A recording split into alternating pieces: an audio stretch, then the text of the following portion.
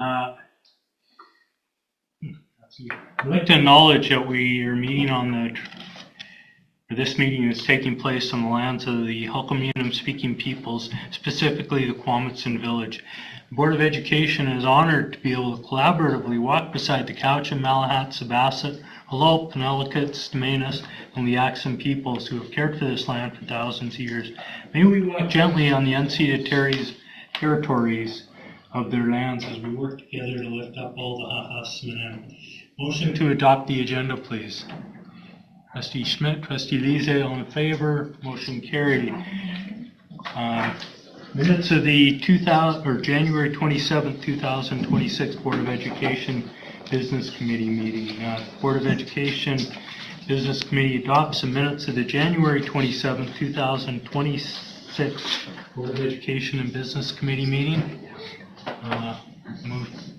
Trustee Schmidt, Trustee Lise, all in favor. Motion carried. Okay, delegations. Drinkwater Elementary School. Principal Kyla Bridge and Vice Principal Grant Mellenstrand. It's going to roll in.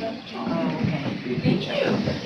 Hello, everyone. Welcome. Thank you for having us. My name is Bridge. I am a new principal to Drinkwater since the beginning of this school year in September. So it's a privilege and honor to be able to stand here and speak on behalf of the school. I have Mr. Mellenstrand. Grant Mellenstrand is our vice principal. With us, we have brought Bentley Adams. Did I say it right? And they will introduce themselves as well. And I have Savannah, and I have her brother, Gavin, and their mom. And so we might just have to roll with things as they go here today, but we do have a wonderful presentation prepared.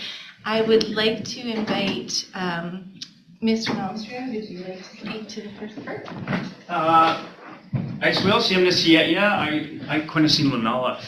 Let's start with Savannah, please, who's a student in my class who's going to do the territorial acknowledgement.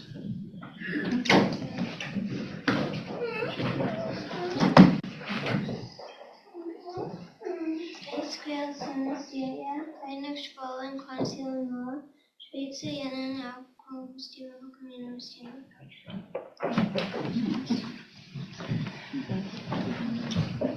So thank you for hearing us today. We're going to walk you through our school. Now, how do I... So this is the screen they see up here. That's the first screen. That's forward to back. Okay, great. So we just thank you for, we acknowledge the traditional territory. This is the shape of our presentation. We'll be exploring our story, the learners in our school, our strengths, our stretches, and the goals indicated in our Foundation for Enhancing Student Learning. So what is our story? We are a kindergarten to grade 7 school in North Cowichan on Lane Road. We have a very strong sense of family and community, and we are, of course, home of the Dolphins. We have currently 375 students enrolled. Since September, we've added 29 across the grade. 16 of our students have Indigenous descent. 18% are permanent residents in the ISP program, and approximately 19 different languages spoken in our school. Just in case you're wondering, I'm going to list them for you. Now, these are the languages spoken in the homes. We have Arabic, Cantonese, Chinese dialect, Mandarin Chinese, English, Gujarati, Hindi, Konkani, Malayalam, Nepali, Filipino dialect, Punjabi, Spanish, Swahili, Tagalog, Tamil, Urdu, Vietnamese, Yoruba, and some Hul'qumi'num as well. So we have a variety of languages spoken in our families. Yeah. And they come from all over the world, as you see, Nigeria, Syria, India, Pakistan, the UK. We are truly an international and multicultural school, which is one of the things I love about working there.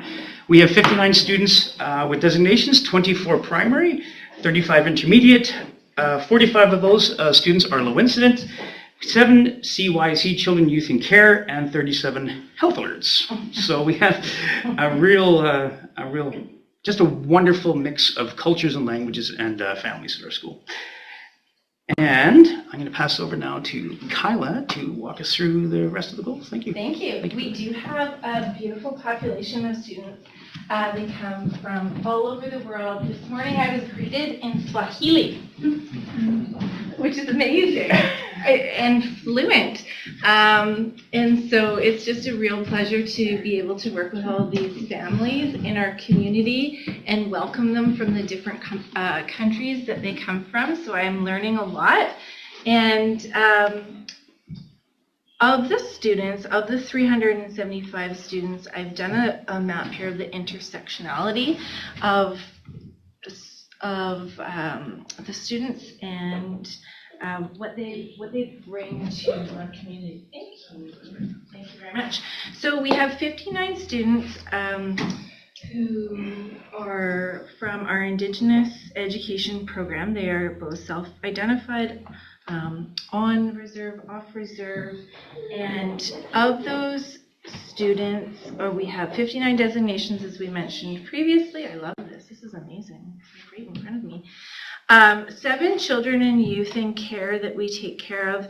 And the reason I want to bring this forward is I think, I know our students, these are the students who I see each and every day, and these are the students that bring me such joy, and I get to know them and their families really, really well. And I think it's important because we have a very strong school-based team who works with the families, and we work really closely with community partners to help offer a lot of wraparound support in a really amazing way.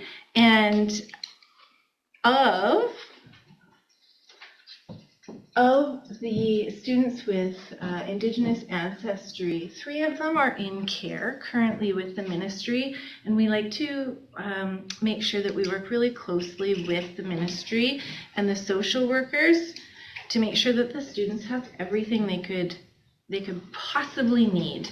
And I think that's what brings a lot of joy to the work that we do at our school.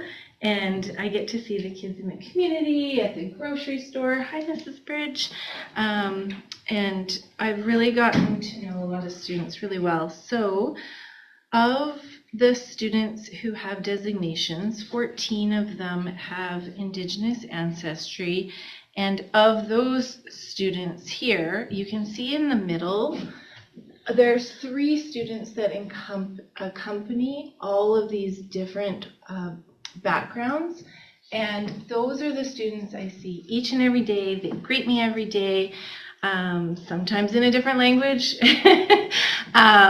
sometimes not, and they have at least a minimum of 5 to 6 adults who see them each and every day. How was your day? What did you do on the weekend? What sports, what extracurriculars are you doing? Do you need sometimes it's as simple as, Miss Bridge, I lost my earring, or I lost my tooth.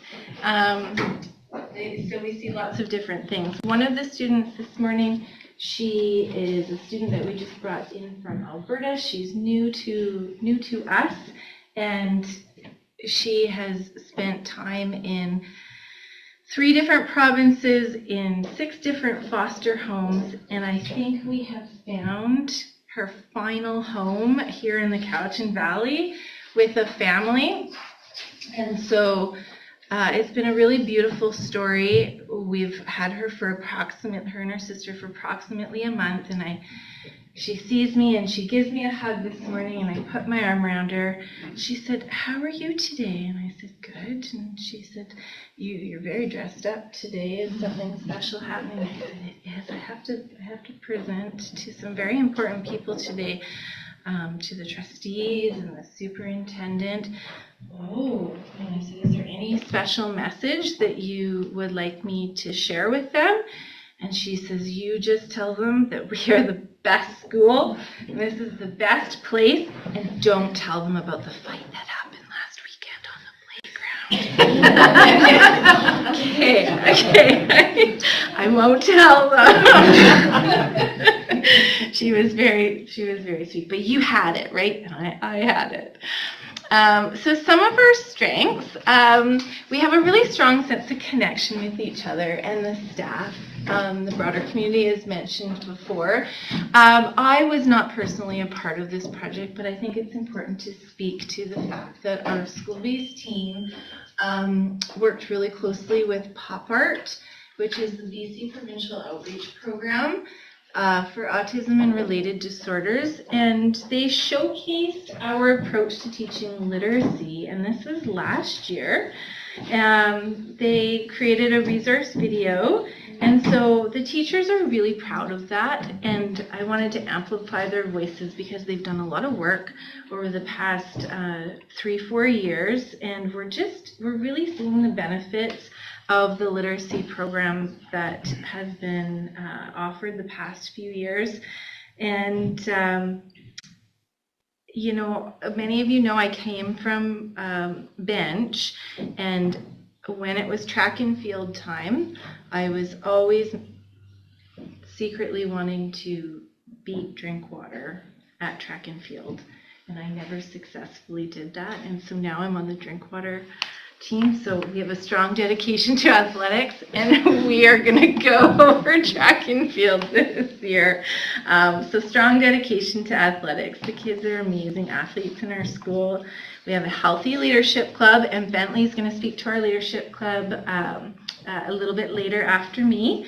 And when I walked around and spoke with students, I asked them what they believed our strengths of the school were. And they said, we are a pod, and pods stick together. The adults care about us. We have an amazing, awesome fine arts program, and we have everything we need here. And so I think that's a real testament to the staff and the people who come to the building each and every day.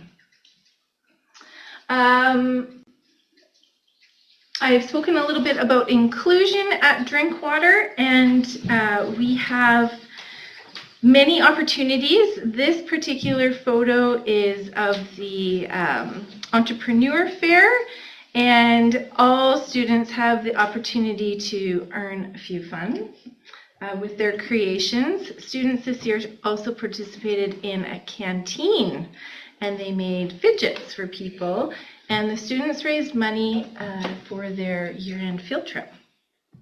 And so everybody has an opportunity to have real life, authentic opportunities to show their strengths. I wanted to, this piece is here, this is a testament to the literacy piece that I was referring to. Our grade 4s here on the, it's my right-hand side, you can see in the orange, we have 58% of students on track for their literacy, and this was in the fall. And you can see our grade 7s, after a number of years doing our literacy programming, you can see that we have 85% of our students at the grade 7 level on track with their literacy. And these were the benefits of the targeted instructional focus that we've been working on. And I can't quite remember what the next slide is, but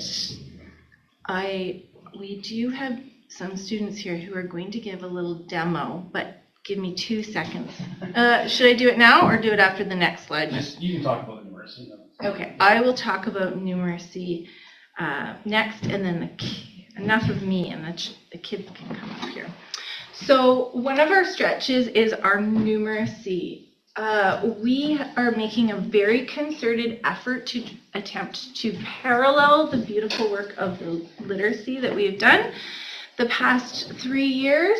And as you can see, our grade 4s, 61% of them are on track, and 55% are on track for grade 7. And I need that blue to disappear just a little bit more. I need to see a little wee bit more orange.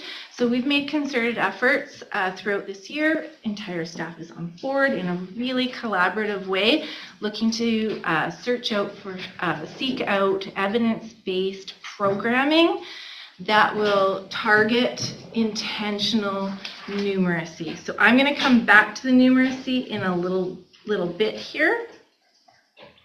You folks probably recognize this photo here.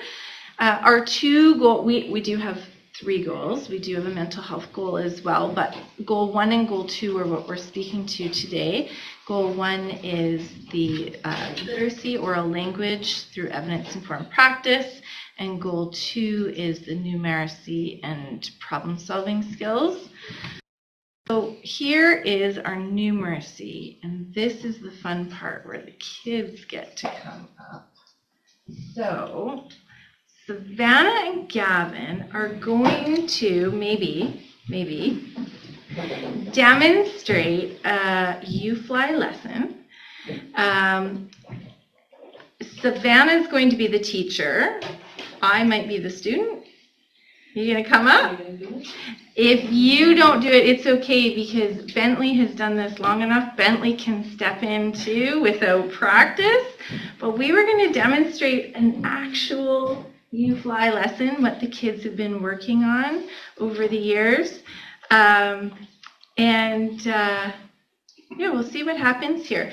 So just to clarify a little bit more about our literacy groupings, they are divided into ability groups, and they are small pockets of kids with a bunch of different teachers. I even have a group that I work with. I have 5 students. Yep, come on up, come on.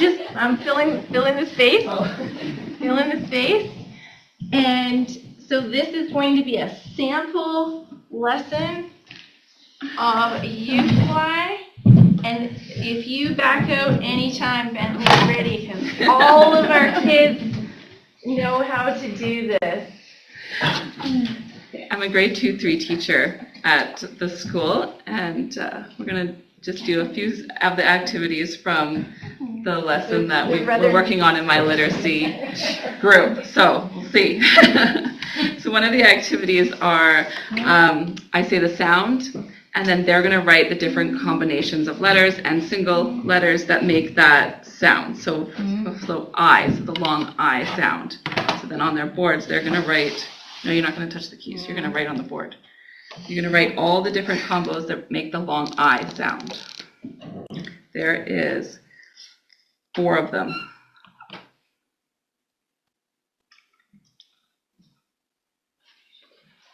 It's going to be a hard one, but battle. Thank you. And you see the 3-letter one. IG. Yeah, the IGH one. That one's a tricky one. Okay, now we'll do the long E sound, and that one has 5 that we've done. Yeah, the long E sound. E.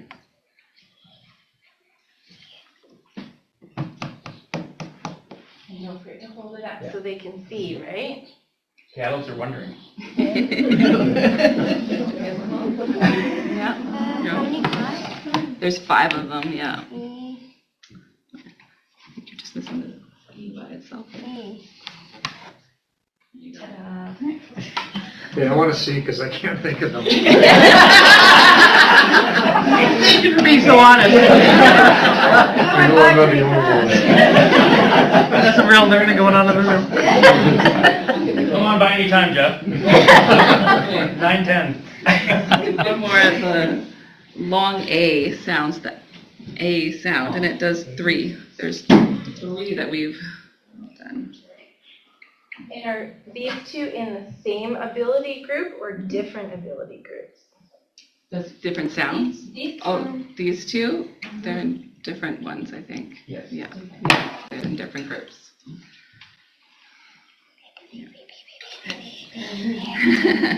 I know Gavin's just gone over these. We spent all before Christmas working on the long vowel sounds and the combos.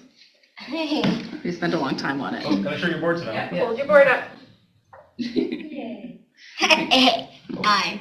Okay, so you're going to clear your board. And now another activity we do is a word chain, where I'll give them the first word to start with, and then another word, and then they're just changing usually one sound within the word to make the new word. And so they have to identify which sound it is that's changing to spell the next word. Yes, so the first word is pause. Kevin's looking on my book here. So the first word is pause, and then we're going to change it to cause.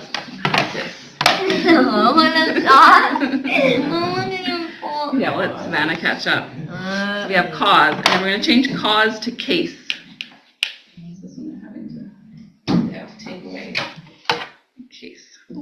then we're going to change case to cane.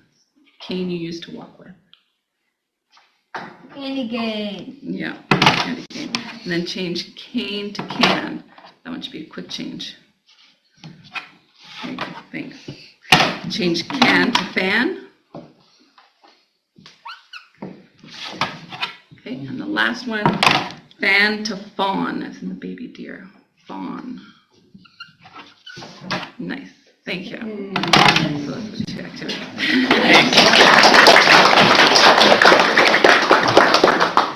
So I have to ask, have you two done this lesson before? No. Like Last year maybe? Ah, so it was off the top of your head. That's really good. Okay, I'm going to throw you a trick. If I stick out my arm and I give you the word lake, can you segment it? Which lake? Lake. Lake. If I give you make, Make. what about take? Take. What about taken? Ache and taken. That's a hard one. Why do we use our arms to segment? Do you know? I don't want to know. You don't. Again, honesty. Well, you're pretty good at it.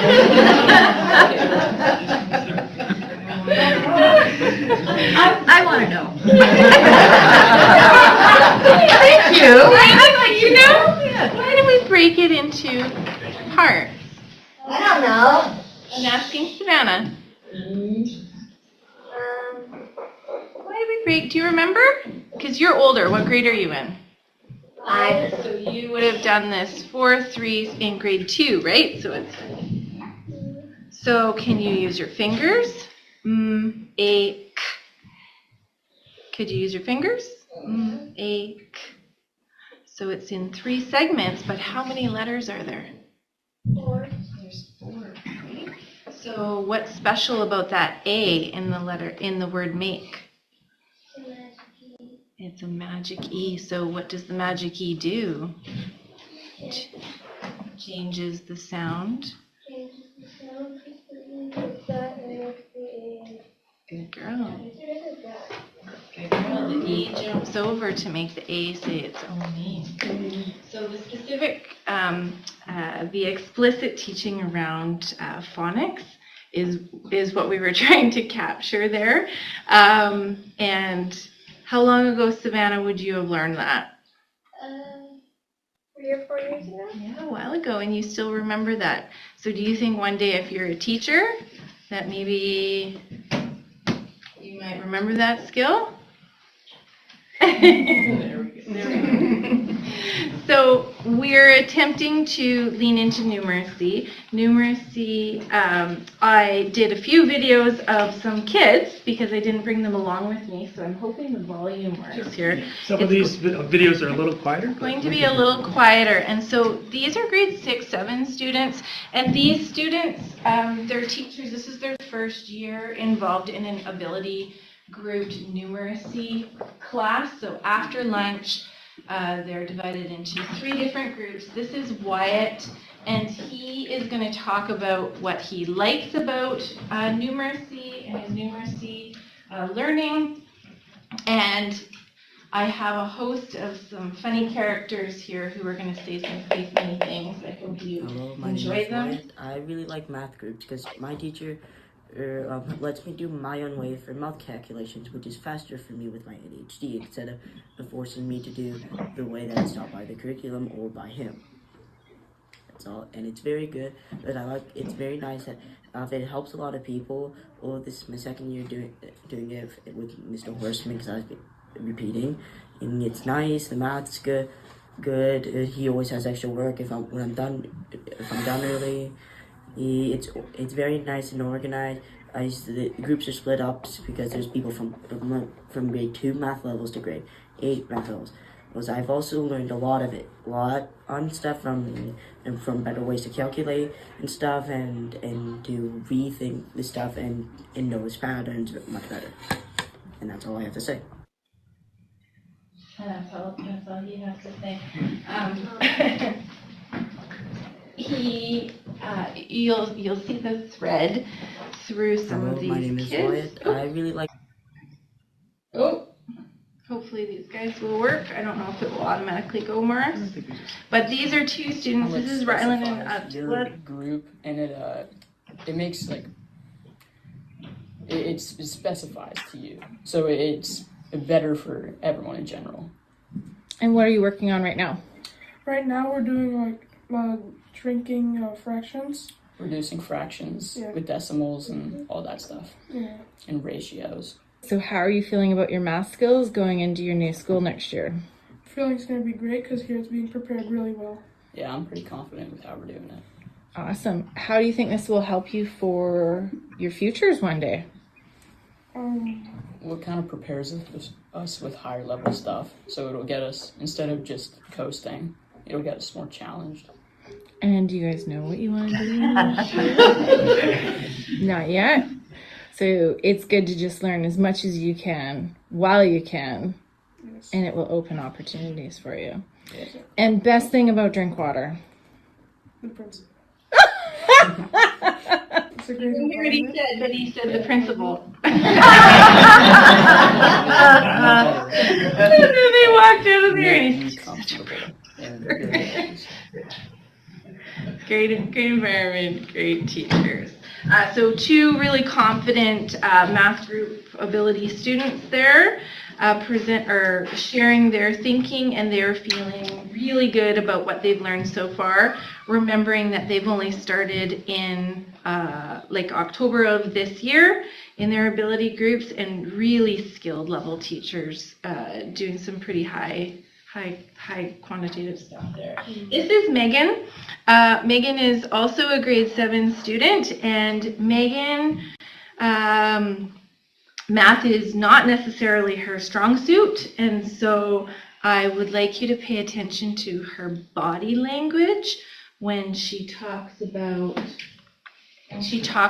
math, because this is an important piece. Hi. We're thinking. What's your name? My name is Megan, and I'm in grade 7. Hi, Megan. Thanks. So I think that how it in different skill levels, I think it really benefits everybody, because it's not all just learning in one. Learning and doing. Yeah, it's like you get a little bit of extra help, and the steps along the way, you can get it explained to you easier, and everybody's pretty much on the same level. And so do you feel like you have made changes in the right direction? Yeah, I think I've gotten way better at it from these math and ability groups type thing, so You sound really confident. yeah, I'm really proud of you. thank you. And you're a grade 7, so you're going to a new school next year. Yeah. And how do you feel about your math skills going into a new school? I think I will be okay going to a new school without my teacher knowing my abilities. Yeah, I think I'll be okay. And it sounds like you've probably learned to believe in yourself and have a growth mindset. Yeah. I Yeah. definitely have. I'm really proud of you, and your teacher says that you've come a really long way. Yeah. So keep up the great work. Thank you. So when I met Megan, I couldn't see Megan's eyes because her hair was in her face, and she didn't smile, and she didn't talk, and she's on camera today. So I am really, really proud of her, and she is absolutely doing amazing in math, and we're setting her up for success to go your way, Miss Whitney. This is my last one. She is grade 4-5. This is Delilah. I hope you can hear her. Go ahead. Delilah is, she is spicy. Hi, Delilah. What do you like about your Lots math to say. I like that it's a challenge. I like walking with my friends. I like all the difficult stuff I gotta do, and I love adding and subtracting and timesing and dividing, and it's just really fun. Okay, thank you. So the message from the kids, really fun, I'm learning, I'm feeling confident, I'm feeling good, they're at their just right level, and they are moving the needle. They're moving their learning, and that's the goal. That's what we want them to do. Hi, Delilah. What do you like about your... Yeah. Sorry. So leadership, this is where Bentley comes in. So I'd like to welcome Bentley here, and you can see on the screen, this is Bentley's crew that he works with, and this is a new, come on up. This is a new program here at Drinkwater. Do you want me to stay with you, or can I keep control? It doesn't matter. It's all about you. So this is a new program at Drinkwater. So Bentley is going to explain what we are up to. My name is Bentley, and I'm in grade 7. My teacher is Mr. Horstman, and I've been a Drinkwater elementary student since grade 4. And this is my first year as a leadership student, and this is the first year of the leadership program. And the purpose of the program is to make the school a better place. And about 20 students take turns each day of the week supervising the field and the playground and stuff. And we wear these blue vests. Yes, say on the back, Drinkwater Dolphin Leader. We help kids. We solve problems. We play games.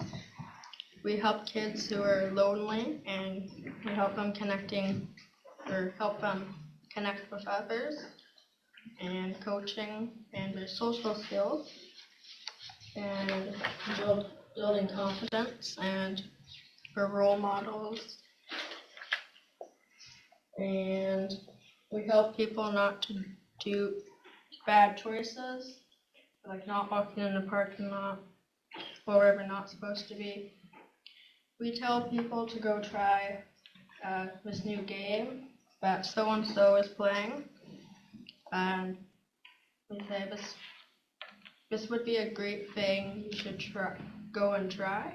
And if it's not working, you can maybe go play this game. And I like that I can help the younger students with rules and their social skills. I think our school has great staff and students, and I like doing math and doing multiplication. And I like that I feel like I belong.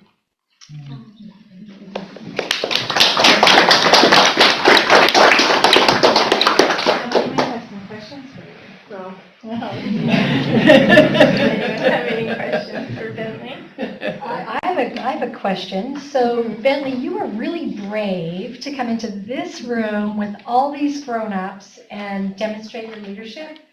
So next year, when you're at Quamachin, there are opportunities to potentially come back as one of our advisory students or one of our young people that helps guide us. So I hope maybe we can invite you to come back. Cool. Trustees? I'll wait till the end. We are right at the end. In conclusion, we are a proud group with proud students, proud staff, proud community members. We are a diverse group who work together, we collaborate together, we learn together, and our next steps moving forward, we're going to continue our leadership journey. We are going to continue building our automaticity and our numeracy learning, and again, we'd like to make sure that we're always using evidence-based current research to guide our practice, and opportunities for social emotional wellness and how we feel each and every day and taking care of one another. We take care of each other at our school, and the ultimate goal is to create citizens of our community that are productive, happy, and can give back. There is an outtake, but I feel like I've taken a lot of time. I have an outtake video. I think it's quite funny, but I also respect that you guys have to go. So if there are any further questions, I'll skip that part. Share that video. Thank you for, first of all, I love when staff stand in front of us and tell us about your stretches. The strengths are so beautifully celebrated, but sometimes what really helps us, especially now that we're in budget season and trying to figure out what we're going to do, how we're going to do it, and where we're going and how we're getting there. And so it's nice to hear the honesty piece of what your stretches are as we get ready to do that. So thank you for that piece. It really is appreciated. So thank you. And to the kiddos, nothing makes our day more than having kids in the boardroom. Some of us really look forward to this day, and what excites me is future leaders. Whether it's DSAC or climate action or whatever committee we're on. So I look forward to seeing you in the future. And for you guys sharing your literacy skills, thank you. We've been following that program. The board was presented that program, I guess, when it first started. So it's really exciting to see where that's at and where you're going and how you're getting there. And I'm really impressed on how well you did, because there's an awful lot of adults in this room that we're all just staring at you guys while you're doing your lessons. So thank you for being so brave to do that in front of all of us. And thank you, Jeff, for being so honest that the kids can teach This is 9-10, right? Yeah, 9-10. But just, thank you for giving us a snapshot of Drinkwater Elementary and where it's at and where it's going. And it's just appreciated that you celebrate all. But for us, it's really important to know what your stretches are. So thank you for being honest and letting us know where that's at.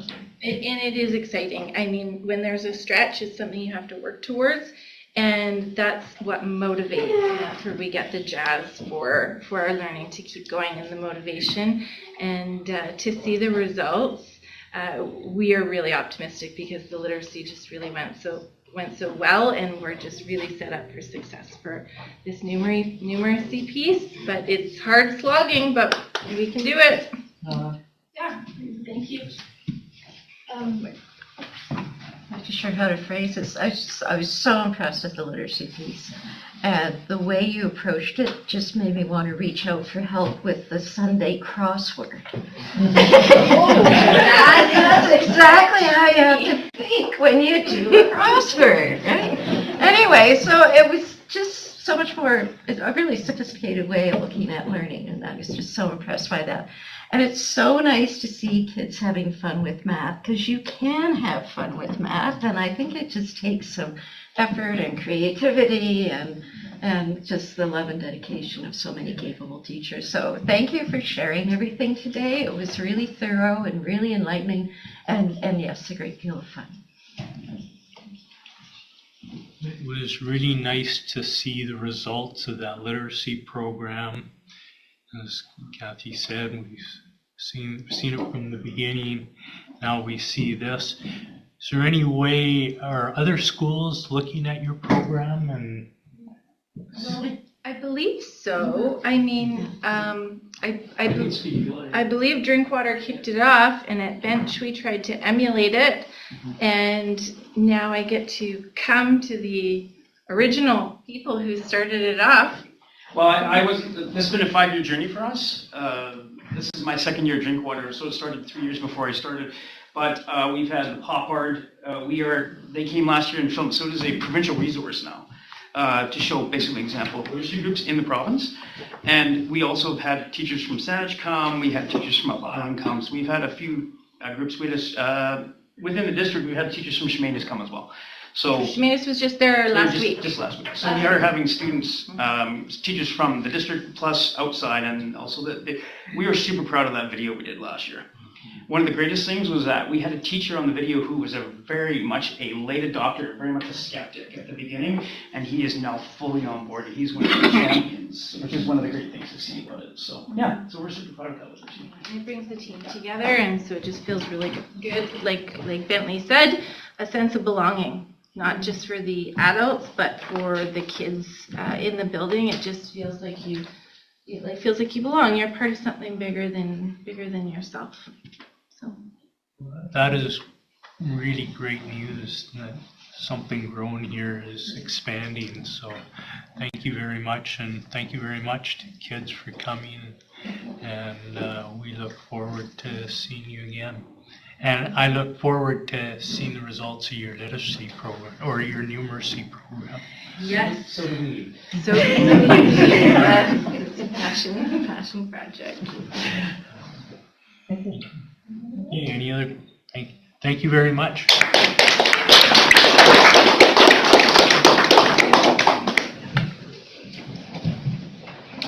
Okay. Quamitchin or School Plan, Principal Claire Whitney.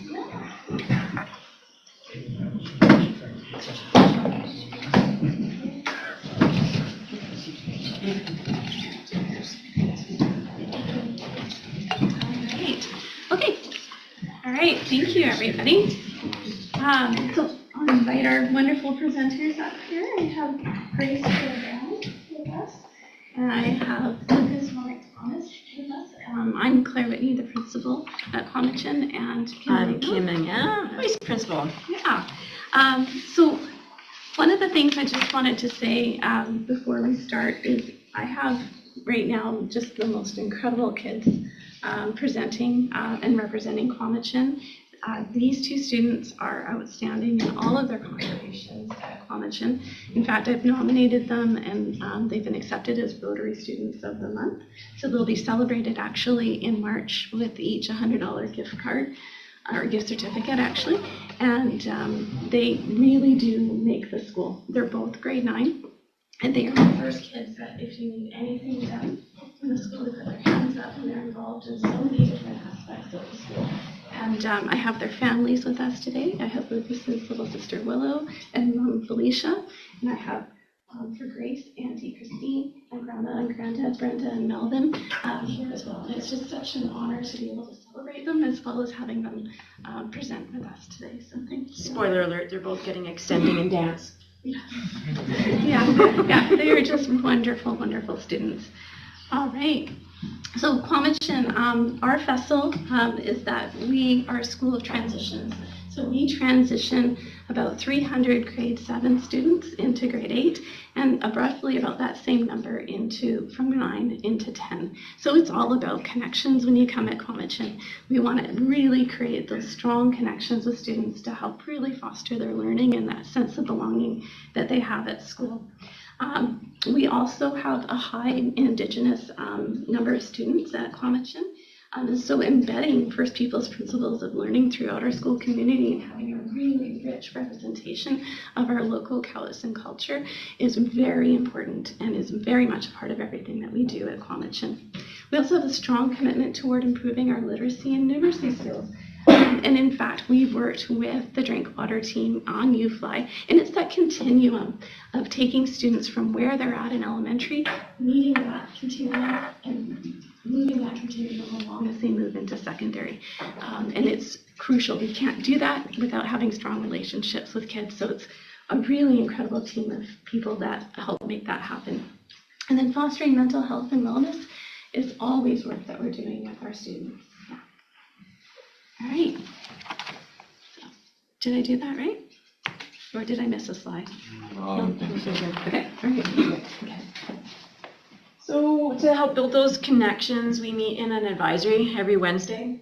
We go to a class. It's either spent doing extra work with the teacher on the teacher's choice of the mental health piece or something to do with what's happening in the world, or we have a school-wide lesson that we all do together. And we also have our grade assemblies during that time, so we bring all the grade 8s into the multipurpose room at the same time. And we usually do some lighthearted things like some draws for prizes based on kids who are winning our house points and lightning strikes. And we tally up our house points. We also look at things we're doing well at the school, things that we could do better. And we do a lot of our announcements of things that are upcoming with the part of the year that we're in. We also use it as a time to celebrate our students. So we've been celebrating our basketball teams a lot and giving our high septicas to our coaches who are coming up to coach all of our teams. We also do showcases. Our grade 8s do showcases at the end of each of their rotations through their exploratories. So our dance and drama students get up and do presentations. We even started doing grade 9 showcases that we do at the end of the term. And our dance students get up and perform. Our guitar class performs. We even have a staff band that performs. It is quite amazing to watch. Our band students perform, and we've had some of our drama students do little mini skits. And yeah, lots of different things happen in our multi-purpose room, and it really just draws us into a big community group. Yeah, awesome. Thank you. All right, so another way that we build strong connections is by having a linear timetable. So we want students, because we're a school of transitions, to really have those long-lasting relationships with staff throughout the year. So we are linear for both grade 8 and 9 to help facilitate that. We also have a deep understanding of having a trauma-informed perspective for all of our staff at our school. This means that we're trained to use strategies and techniques that help support students in coming into learning spaces that are positive, predictable, kind, and always welcoming. And it's all about building those positive and trusting relationships with adults in the building. And each adult in the building also, we do work to make sure that they are intentionally connecting with students that maybe are a little bit hard to connect with, and making that a goal themselves to go and really reach out to those students, check in with them. And we're looking particularly at our priority learners in that connection with students. Again, those transitions are so important to do them well, and that's the work that you can do to help support that. Some of the ways that we also support this work is through those celebration of lightning strikes, and kids love being noticed when they're doing great things. And so those lightning strikes are a coupon at the school store, so that helps you get your slushie at lunch, which is an apple juice base. So it's not pure sugar. But also you get caught in those acts, and it goes in for a draw for the Quam swag or a yearbook at the end of the year as well. So it's just another way to help really have that positive reinforcement for doing the right thing. And we have a phenomenal leadership class with 8s and 9s in it. And that work also is our students are out there listening to other students, what they want to see happen, and helping make that happen in the school. So really invaluable, our leadership class, love them. And they help with our house challenges, our pep rallies, our trivia, and awareness events. All right. Quamerton is committed to growing students' understanding of the land and its history and traditions. We have field trips led by elders to the Yumnuts, the Stone Church, St. Paul's, Cowichan Bay, and the Totem Toes. We've had spearfishing trips, cedar pulling trips, and visiting elders for luncheons. We've also invited elders to support students about learning traditional practices, and community projects visiting retirement homes and visiting elementary schools. We've also done beach cleanups in the spring and canoe races at the end of the year for grade 9s. Right. We also are able to offer this year a land-based program, which has been really wonderful to see.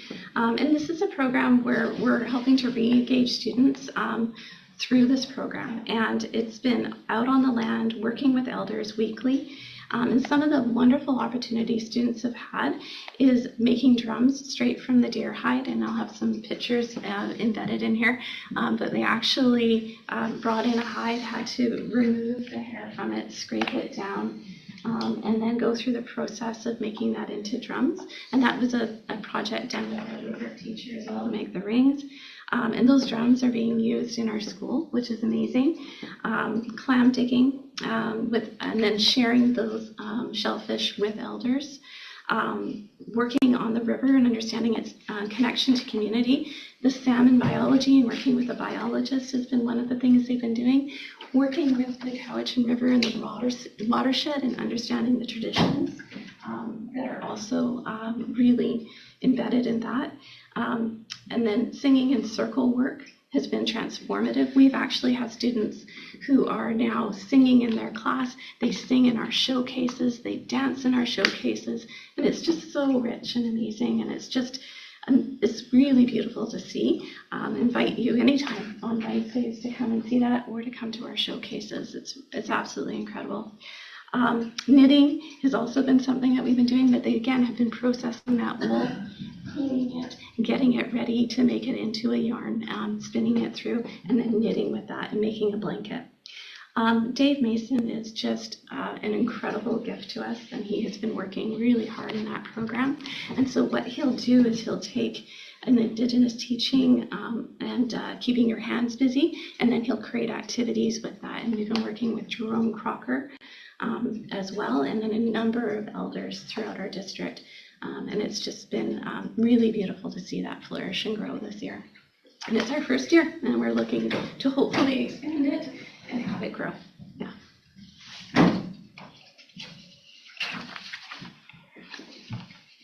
We offer a wide variety of clubs, sports for students to form new friendships. We have the 8-9 band, coaching community club, drumming and dancing, rock climbing, mountain bike club, craft and china dance club.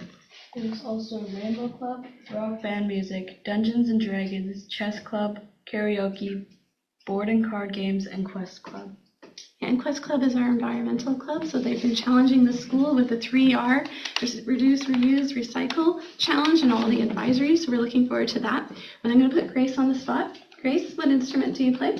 Drums. Okay, and how are you finding that, and what are you excited about with that? I'm doing good with it, and I'm excited for our adjudication tomorrow. That's right, tomorrow morning. Really exciting. Yeah, so they've been working really, really hard on that. So we're very excited about that. And Lucas, what are some of the sports that you're playing? I've played basketball, I've done wrestling, rugby starting up, soccer starting up soon as well, and track and field as well. Yeah. All of those. Lucas, where did you just go to? I just came back from my wrestling provincials last week, and me and 2 other of my teammates, Socha and Eli, made it, and our other teammate, Sam, went to our first on the open of the first one ever. 2 of us both won, me and someone else both won a match there and did pretty well. That's awesome. It was a great experience. Yeah, it's great. So I'm going to let Grace read a little bit of the slide. We offer a lot of sports and arts opportunities. Yeah, okay. College-in. In fact, we have our field hockey team. We've had our field hockey team playing outstanding, and in the tournaments, grade 8 basketball made the provincials, grade 9 basketball team won the Central Island Zone, and both grade 8 and 9 girls both won the Central Island Zone. We also have several students going to participate in wrestling provincials this month too. Yeah. That's awesome. And then Commission's also putting on 2 plays. We have Romeo and Juliet, a very bad play. That is the title. And then we also have Peter Pan-ish. Yeah. And it's just been cast. And so that's also happening. And then Grace, you want to talk a little bit about what you're just starting out right now? When I start rugby, practices start today, but I'm not able to make it. And then I plan on trying soccer this year because it seemed fun and I've played it before. That's incredible. Yeah. So one of the beautiful things about having a school that does take in 8 different feeder schools is we have a large student population. We're able to offer a lot of sports and arts. So there's something there for everyone, and that is one of the really wonderful things where it helps them find their people. You have so many different things happening that you can go and meet other people, and you have those lasting friendships that take you from 8 all the way through to grade 12. And so this is one of those wonderful, wonderful things. I know we're a big school and we're a short transition, but there are some really incredible ways for kids to meet each other and make new friendships coming through from elementary. College creates connections by having a lunch eating time together in classes every day. This gives students an opportunity to have a dedicated and relaxed time to eat and socialize with their peers and teachers. Our wonderful pack has set up lunch orders with Rooster Juice and Los Caesars Pizza as an additional option for students twice a month. We also have healthy salad bar and hot free lunch options every day. Our students also help prepare the food for the school. Our school store also listens to student requests and brings in a variety of foods requested by students on top of regular healthy lunch options. Our gym is always busy at lunch with volleyball, basketball, or intramurals. There's always something happening at lunch in the classrooms, or a lot of them are open at lunch as well, especially the art room, and there's always a place for students to be at lunch. And it's really important because we are a closed campus, but we also really feel at this age it's lovely to have kids guided and led with adults and have those really positive connections throughout their lunchtime. Do you guys want to talk a little bit what you'd like to do at lunch? Yeah, I usually hang out in the gym, play sports. Once in a while, go to the in-school's concession and just walk around outside. Yeah. In fact, you work at our school store too. Yeah. Yeah, that's awesome. And usually at lunch, I'm just in the band room or walking around. Yeah. Because it's not just band in the band room. What else happens in the band room? You can just learn any instrument with like help of teachers. And there's karaoke. Yeah, I forgot. Karaoke is pretty awesome. And our student up here, we actually have a student rock band, and they are their own band, and she's an amazing singer, and she did a Cranberries cover. Yeah. And it was the kids were playing guitar, drums, and they were doing Cranberries, the cover. And were you must have been on drums? Yeah, Mr. Patterson didn't have a drummer for his guitar class. Well, there you go. Yeah, that's awesome. All right, our literacy commitment. And we are working, that's also our stretch is numeracy at Quamachin, and we're building that much like this, but we have taken the same program that Drinkwater just beautifully demonstrated for us. And that same program is meeting students right at where they're at. So as they're transitioning through, wherever they're at in that learning, we're actually picking that up and continuing that with students in small reading groups or individual reading groups to help keep that reading level going for students. A lot of Tier 1 strategies as well are being used, and intentionally we talk about those as a staff, what we're doing to focus on those Tier 1 strategies. But definitely the Tier 2 and 3, the U-Fly lessons are happening, and that's that beautiful work that Drinkwater has shared with the district that we're so thankful for.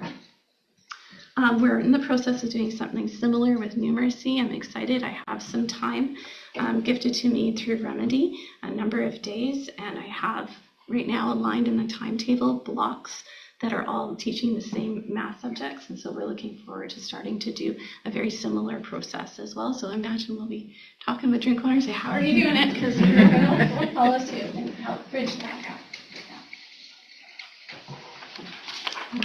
Our mental health and wellness is a focus we have at our school. As I said, we have our grade-wide assemblies where we usually cover these topics, and during our advisories, so you're sitting with your class that you have in it's called our A1 class, is our advisory class. So the class you kind of get to know the best out of all of your students. So that becomes a safe place to discuss all the strategies to help manage the day-to-day. And the health piece too. One of the initiatives we took on this year was challenging the students not to have energy drinks. And it actually has, oh man, it's been a while since I've even seen energy drinks that they've really taken to the learning we provided and looked at honestly what our energy drink does and how it really doesn't do what you think it should do for you. And we've seen a huge reduction in the number of energy drinks coming into the school and being drank by the students. That's probably our most successful one. We don't know the results of our screen time challenge yet. We had all the students and the staff get their phones out and record what their screen time was. And we're going to do it again at the end of the school year to see which of our 4 houses reduces their screen time the most. So reducing screen time has been a major push as well, and just the education on that about better sleep and better attention, and it's better for you just not to rack up all those hours on screens.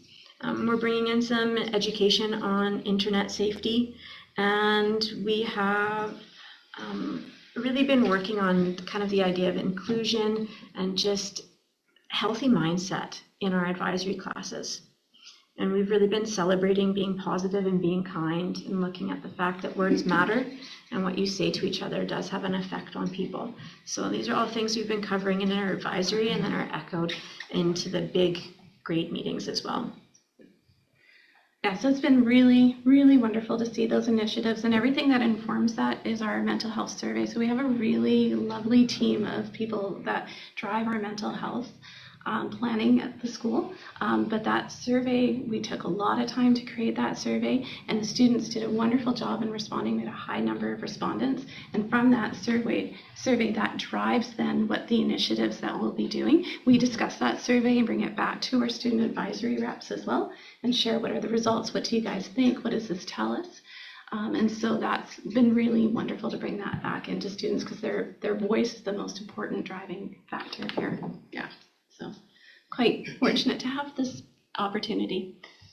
And yeah, I'm going to leave you with like a thank you for our presentation today. And these are just some of the activities. Here we have clam digging out on the water. We have them working out on the land, taking the deer hide. I guess I should do this. Oh, look at where we are helping with the deer hide. Yeah. That was quite an experience, but really neat to get in there and do that. But there were a lot of ticks on the deer hide. And then we have our Truth and Reconciliation tree as well that we had during our assembly in September. And this is just work that we're doing throughout our time here at Quamachin as well. Are there any questions? First of all, congratulations to you both on the Rotary Student of the Month. That's huge. Lucas, have I seen you at DSAC before? Yep. I thought so. I was like, oh, that's right. Yes, of course. I don't know why. I actually have way too many kids, and I was told I needed to pare it down, but I have so many amazing kids, and I'm like, oh, hey, come and do this, and I Absolutely have way too many, so we have to take turns. Well, I think congratulations. You know, you guys worked really hard.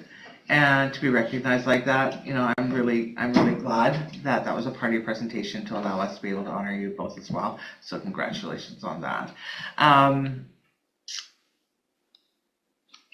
Claire, you had talked about bridging the gap with numeracy and so on and so forth, but what a bonus for the Drinkwater kiddos too, because they're going to recognize what you're doing over there, and their transition is going to be so much easier because if you guys are working that closely together, it's going to be more familiar to them. Where so just I think it's really cool. Over the many years I've sat at this table, I haven't heard this much work between schools this closely. I know that when Drinkwater did the presentation and they had a community meeting, and so different schools came, and I know trustees were there, and we listened to what the teachers were doing, and we listened to everybody talk about their challenges and their stretches in their schools, and then it kind of went quiet there for a while. And so to hear that it hasn't actually gone quiet, we just haven't heard about it in a while, and that it's, you guys are working on it, and it just sometimes we get asked a lot of hard questions, and I think that after today's presentations, I feel confident that I can really answer those hard questions a lot more easier. So thank you for that. And also the reduction in screen time.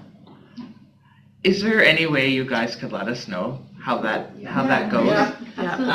Because that's another thing that I'm really interested in learning about, because we've all done our research on screen time with kiddos and what it's done for their mental health. And so I'm really curious as to how that goes. Like, do you two as student leaders, do you guys reduce your screen time, and how does that make you feel? I don't really use my phone at school mainly. Nice. Well, Yeah. I just feel like I don't have to use it if I'm with all my friends. And then after school, I just use it to contact my friends if I'm going to their house and stuff like that. Well done. Yeah, I usually have sport practices, games, so that definitely brings it down quite a bit. Well done, kiddos. We've taught kids how to go into their phones and manage those apps that they know they go and just spend way too much time on, how to put a time limit on that app. So really, it is, and even for staff, like I'm like, oh, I should probably tone down that app. And there's some ways to do that.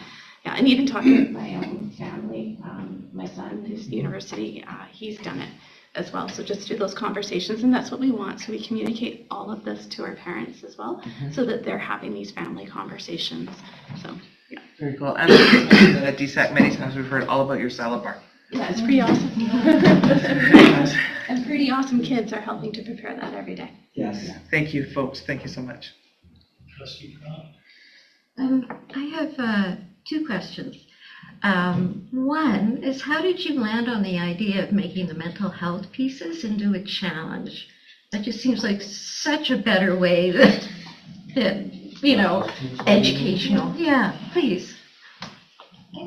I think this really is just the incredible work of our staff who come together and how can we do this? And it's ideas that are driven, again, from a survey that we do with students to talking with our students. This age group, for sure, you need to not just put stuff right down and say you need to do it. How can we gamify it? How can we make it a challenge? Yeah. Make it engaging for kids. Yeah. Well, that's an idea I'm going to keep in my back pocket for sure. That's really good. And my second question is, it's been a while since you went to a closed campus, right? Yeah, a couple of years. Yeah, 3. 3 years. Yeah. So do you still feel like, at that time it seemed to release all kinds of activities over the lunch hour, which sort of went throughout the school. Do you still feel the benefit of that? Is that still there? Absolutely. Yeah. It's just, I think, keeping kids connected with those positive relationships. We have a number of staff that keep their classrooms open and are connecting with kids throughout that time. And it's just, for this age group especially, it's really wonderful. And our pack is amazing.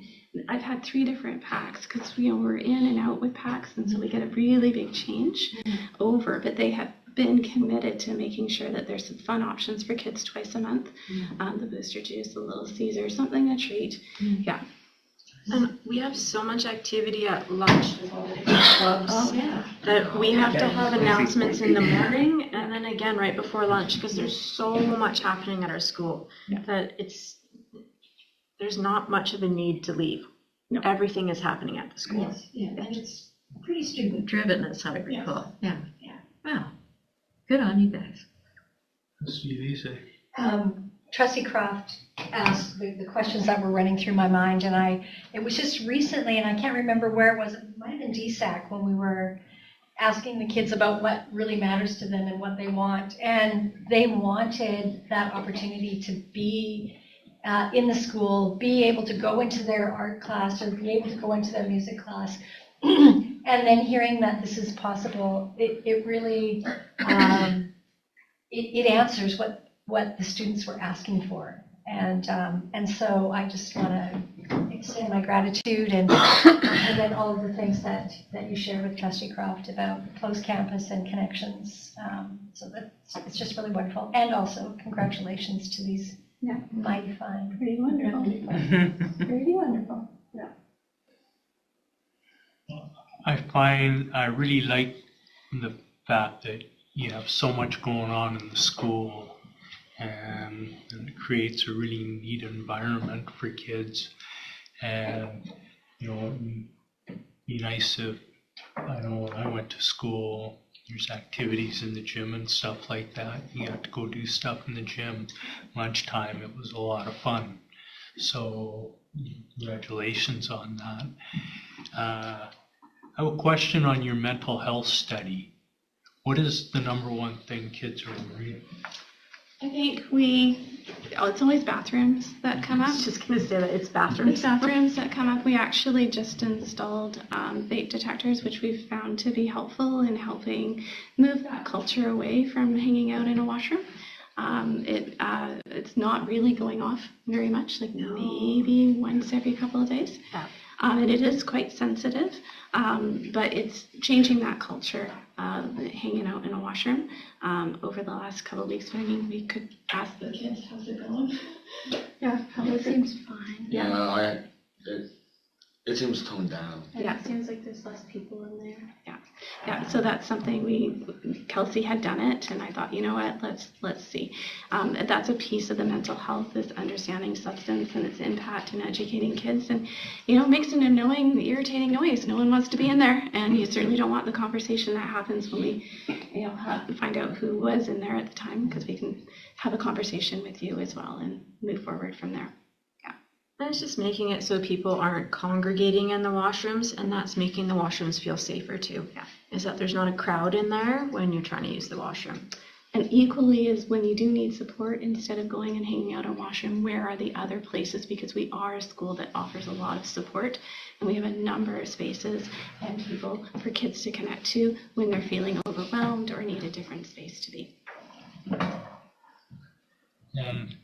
My last thing is if you could take your thing about Red Bull and stuff like that to the University of Calgary and teach it to my kids, I would appreciate it. Well, we're going to send it out as to our parents as well. Yeah, but it actually, I thought very little will change. But it's huge. Yeah, being really educated is important. Yeah. Thank you for that. Just a follow-up.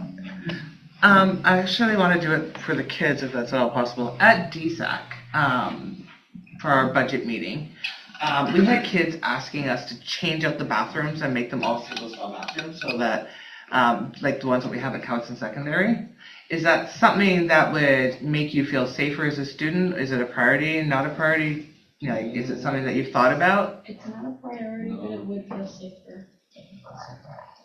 I haven't really thought on that. Thank you. Thank you very much.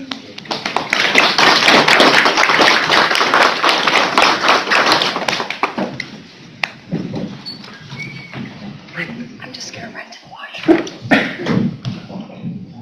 We go to the one with the window, it's dark in the other one.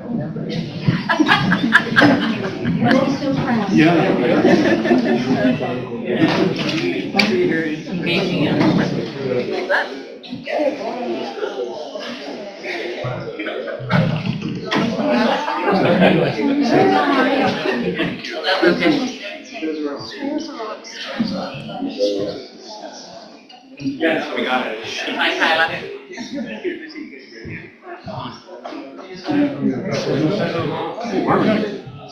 Yeah, you The table's so empty today.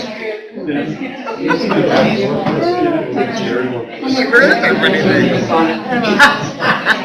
They missed 3 kids. Good job. You snuck past me after this one was checking it at me. How you snuck past me after you checked at me?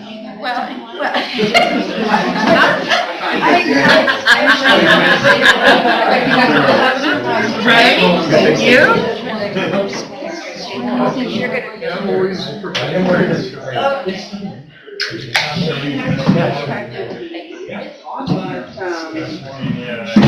Basketball team is just which game? Something we're supposed to have to go on track. I had it. Sure is. We're all gonna take a nap. So warm up.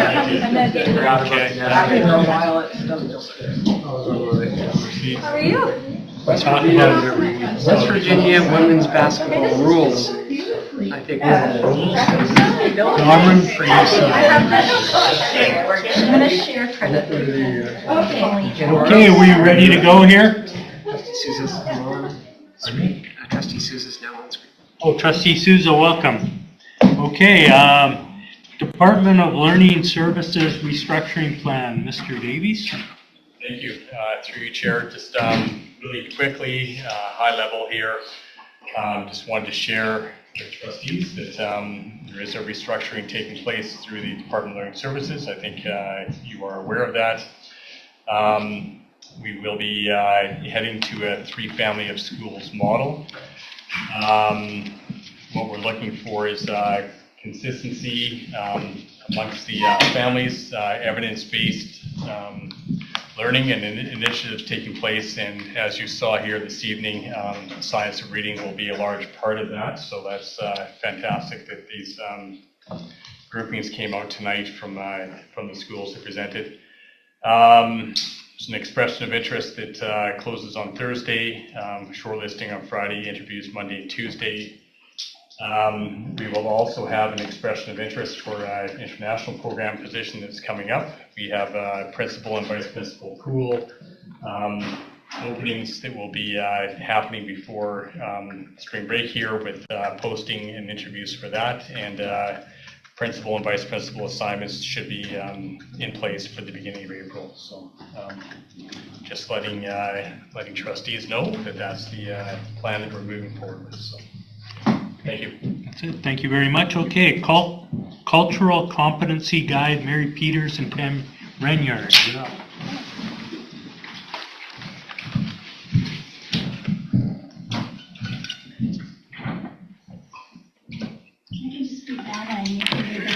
I don't know. We're both up here.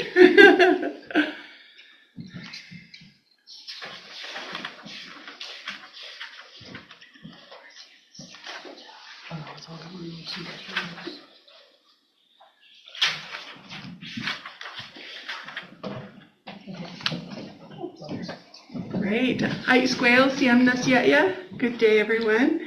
Aikwanasilam Nala. It's good to see you all. Mary Peter, District Principal of Indigenous Education. Tammy Lena, District Principal of Inclusive Learning. And so we're here to share a journey that we've been on. So the Cultural Competency Guide, we were really, let's see, our department, our district was so involved in wanting to make this happen. It took time and it took a lot of collaboration and work. So we just wanted to give you an overview of that.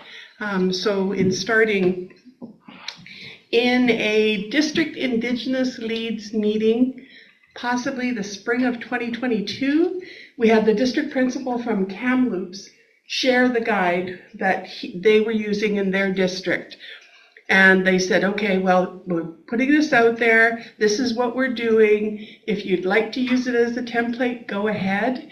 And there were a few tweaks that needed to be made, but they sent it to us. And we sort of went with it and thought, okay, we need to make a document that's current, that relates to us, and has what information that we would like to present to our district, and make sure that we did it in a good way, but we had a template to follow. We weren't starting from scratch. But if you compare the documents, they're nothing alike. That's right. So it laid the foundation. So an inspiration. That's right. So you remember when Charlie Coleman worked with us and we were working on equity in action. So this is what is part of the equity in action document, where we're looking at a number of different things in order to have Indigenous student success. And what really came out of it was the policy on identity, belonging, and connection, and making sure that students feel safe, just like we talked about, the students talked about today, feel like they're safe and they belong, and really identifying that that isn't happening in every single school in Cowichan, and there's something that we need to do. So a thought came up that we need to make this district-wide.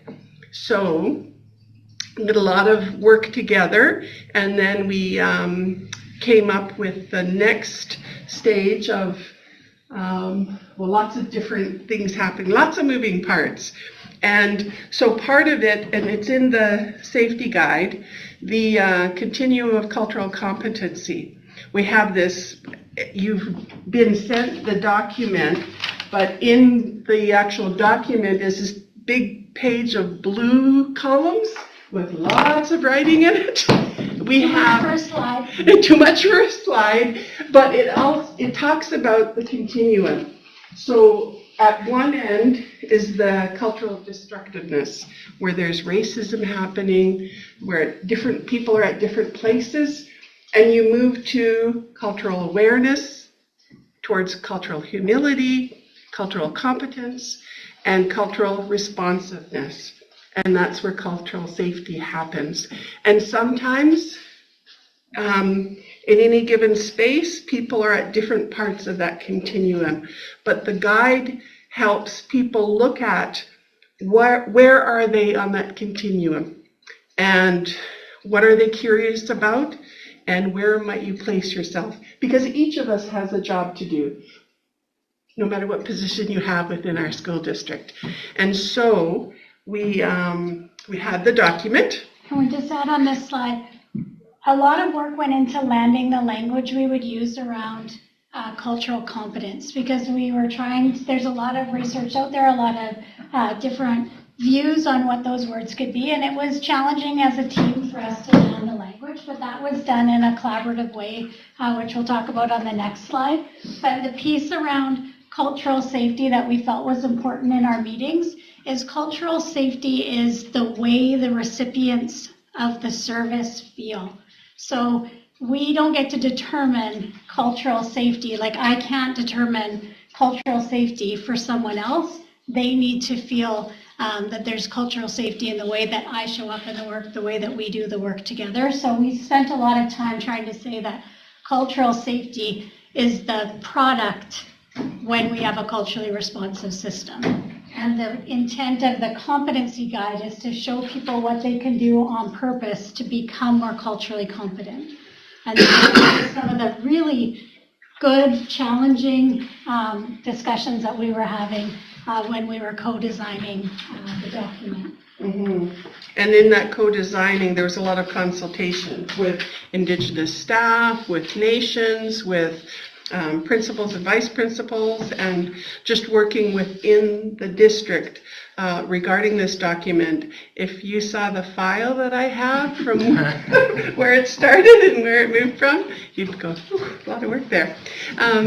But what it came to was, how can we provide this information to the district? So that's on the non-instructional day, we delivered a slideshow which has pieces of the cultural competency guide in it, and where we were able to present it. And we presented it in a way that we had a First Nations or Indigenous person presenting, as well as a non-Indigenous person, because sometimes, you know, there are things that, I don't even know how to put it, that I could say that would be meaningful for me, and then sometimes something needed to be said not coming from me, and vice versa, I think. And that's what made that day so rich, is because we provided information to the different zones, so the central zone, the north, Lake Cowichan and Mill Bay area. So it was, and we had staff at all of those locations that were able to present the similar slides related to this particular document. And that's how this document became what it was, because we realized all these parts need to be in here, and we need to put it together in a way that someone can pick it up and follow it throughout, depending on where they were at on the continuum. Yeah. And I think what was important that day is Mary supported us having someone there at each site that could brush or take care of people who, if you're an Indigenous person and you're going through this training, your experience may be different than a non-Indigenous person. And so how do we make sure that we try to create as much support for the training as possible? So it really was a collaborative time for us to trial the materials, see how they land, and also make sure that we are supporting people through that process. Mm-hmm. So then you can see in the final document that we have the 4 areas of the document. We've got paddling together, our story, our work, understanding the past, and then how are we going to paddle forward together. So the real important thing about this document is reading the warning signs, because as Tammy mentioned, we have people that come from different places in their journey, and some who might have experienced things in their past. And so there's a warning page before understanding the past, because when you talk about residential school or the 60s scoop and intergenerational trauma, some people can't help but be affected by it. And so making sure that we understand that, and that's why we wanted to deliver it in a way that we had staff, whether they were Indigenous or not, be able to come to a place if they felt like, oh, just something overwhelming came over them for whatever reason, they could go to that cedar brusher or somewhere and then just have a chat with someone about what was going on for them, and making sure that they had the right resources to be able to take care of themselves. And making sure that the staff that were doing the presenting knew that they had a safe partner to be doing the workshop with, and also debriefing afterwards when we finished the presentation. And then finally putting together the document that have all the different parts. And there were so many people that I can't even mention them all, because there were so many people involved in putting it together and making sure the wording was right, and the information was up to date as possible. And it is a living document. Like we're going to need to change statistics in there. There's information there from different resources where we will have to update. So it is now on Cowichan Learns, and it is there for staff to see and look at. So the next step is is right there. So making sure that we have the information to everyone in the district about, how do we create that safety place. And so this may be the first step, and then figuring out what else is needed for people to understand, because sometimes we need to be told different ways to understand, for it to finally sink in. Sometimes it just takes one time. So it's making sure that we're doing this together. We're going forward in a way that is creating safe space for everyone, and making sure that with truth and reconciliation, you have to know the truth before you can move towards reconciliation. So this document gives pieces of that.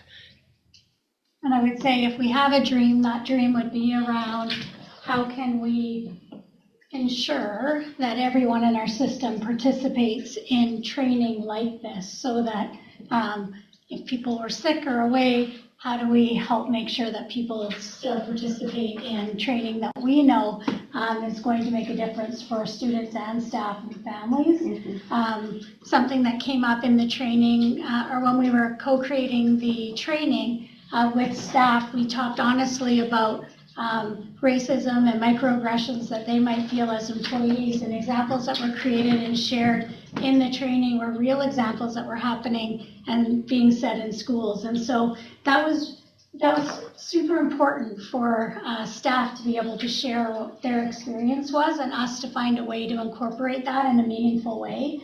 And so I think our next challenge is to figure out how do we make this accessible and have everyone be accountable, I guess is our wonder and looking ahead.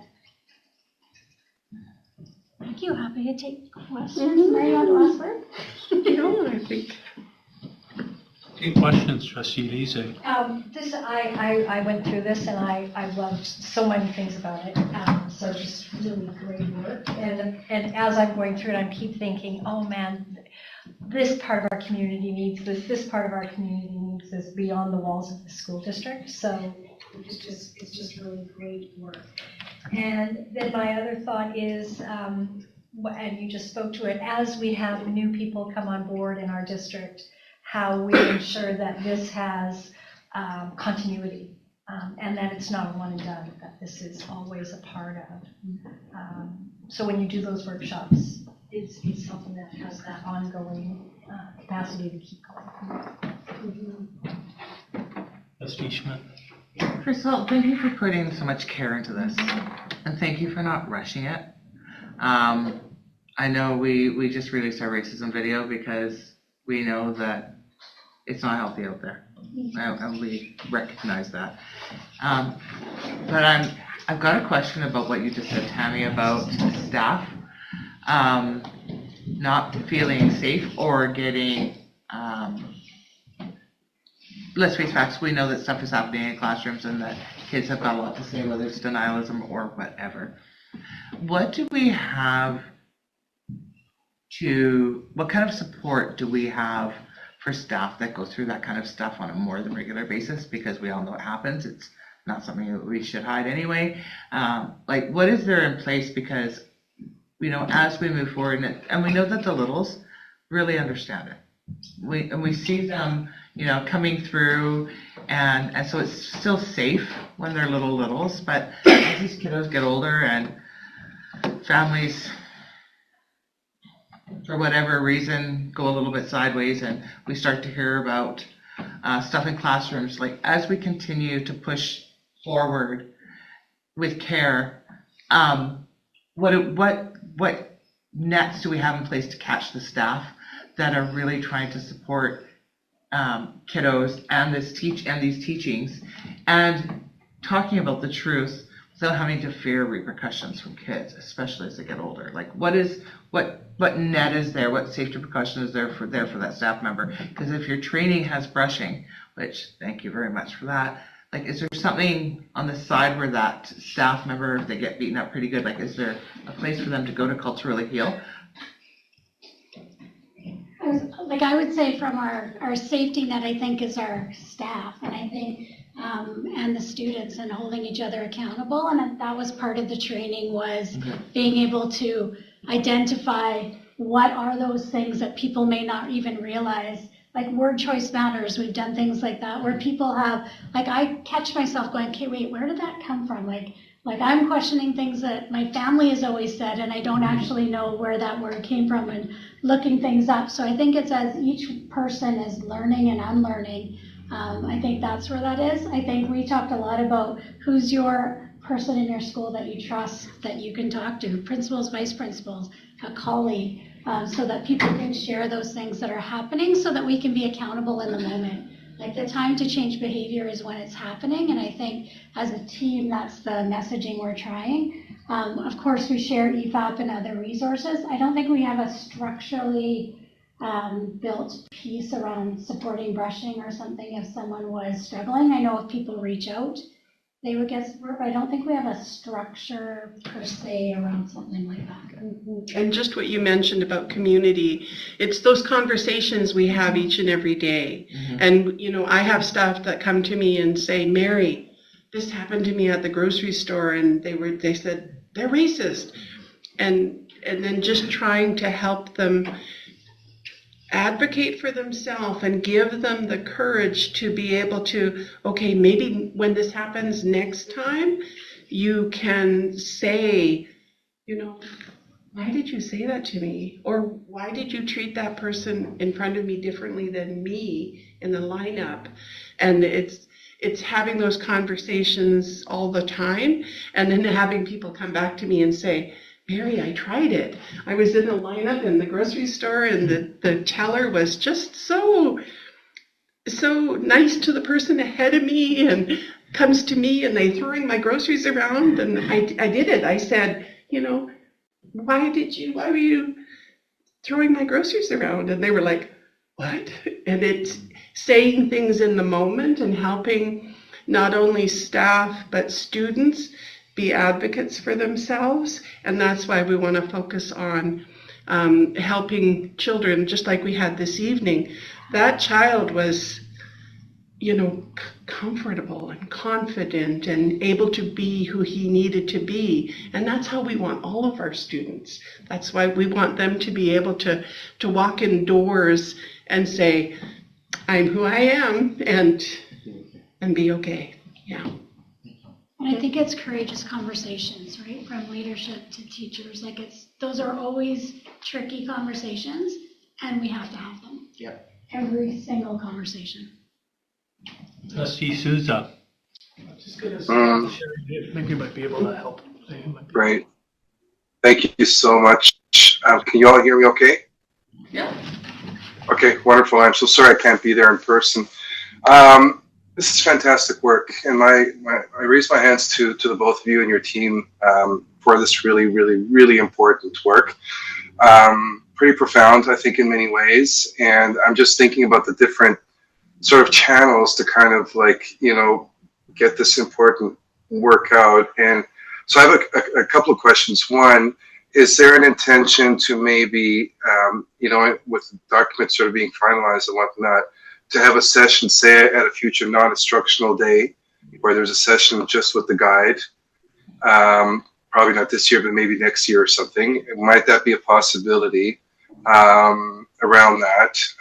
Secondly, and I don't know if the timing will work, but March 31st is the International Day for the Elimination of Racism, and there's going to be an event here at Charles Hoey Park on the 31st, marking the day for the elimination of racism in Cows and Tomok. So I'm wondering, just aloud here, and moving, like, I'm wondering, and I'm hoping we could mark the day, and maybe can we mark the day with the official release of this document? I don't know. I'm just kind of blue sky because I just would love to explore different ways to kind of get this really important piece out, and I know it still needs to be approved. And the other, I guess the third for me was the IEC as well, the Religious Education Committee, and presenting to them. So just questions around kind of getting this out there, because it's fantastic. That's it. I think with the non-instructional day, it's important. We always try to go back to our key documents in the district on the non-instructional days so that people are reminded that we're not doing different work, we're going deeper in the key work. So bringing it back in September, I think, is an important piece of that day. IEC has had the opportunity to get feedback on the document over a couple of months so that in case there was something that they wanted included that maybe we didn't have, or the opportunity to consider in the future, we've said if anything wants to be added or changed later, that we would do that. We haven't launched in social media in any kind of way, so I think there is the opportunity with that March day to potentially have something. I'm looking at Nicole and Jeff for like the social media piece of tying this document out is possible. Yeah. Yeah, and with the IEC, as you mentioned, the nation's input was way back when I first got the document, and we'd go to the nation with what they would like to see in it, and those parts are in the document. As you know, it might not look exactly like the original document, but definitely the information is there. Yeah, it's more like, I guess now in the consultation, now you've done it's coming back around. Back around now, in a spiral, if you will, to some of the same places that you started with. It's like, here we are. Thanks, for the work, the consultation we've done with you. This is what we have now. So it's more like an update, a presentation, or what have you. So I know the consultations are done. It's at the other end now. Yeah. Yeah. Celebration. Yeah. There we go. Trustee Croft. I'd just like to join with my fellow trustees in commending the work to create what is both a strategy and a document that has breadth, depth, and in some cases pretty straightforward actions that people can take. This is a rare piece indeed, so well done. We have, and first of all, I want to totally understand the priority of our First Nations and our contribution and commitment to reconciliation. There are a lot of pieces in here, I think, that are, I can't think of the word, generic is not the best word, but are generically applicable to all matters of inclusion and safety and that kind of thing. Do you see this document or any of the pieces in it being more widely applied or being accessible for other situations. Like with that, outside of the school district, you mean, or? Beyond First Nations. I'm just saying there's so many good practices in here that go beyond reconciliation, which is its own vast and important thing. But humans need good equity practices I think everywhere. what Mary, you share, and I know I've heard Tim say it before too, Superintendent say it before too, what the principles of the document. Thank you. And guided in Indigenous pedagogy, like we hear the message, if we do good work, everyone benefits. So I feel like it's grounded in Indigenous pedagogy and voice, and all will benefit from that work. Because I can speak just for myself in terms of being First Nations. There's sometimes where I felt that maybe I was responding in a way that I could have done better. So it's not something, it's something where people are looking inward, looking in a mirror and thinking, okay, maybe some people don't know what they don't know. And there's that opportunity to say, okay, what can I do differently? What questions can I ask? Be more curious, and how can I do better?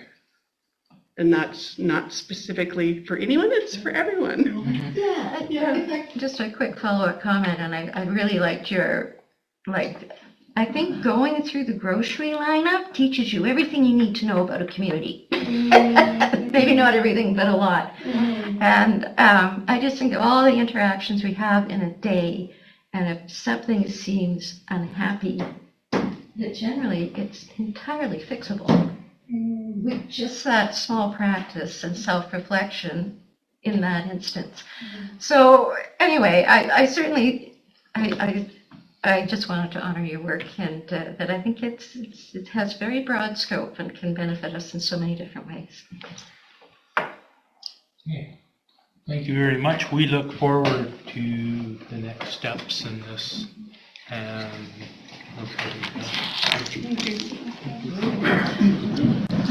Next up, 5.5, Children, Youth and Care Framework.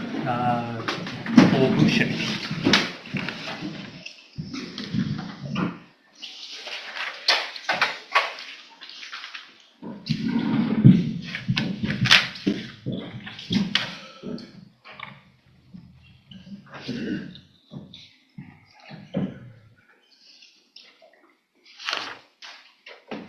Thanks, Morris.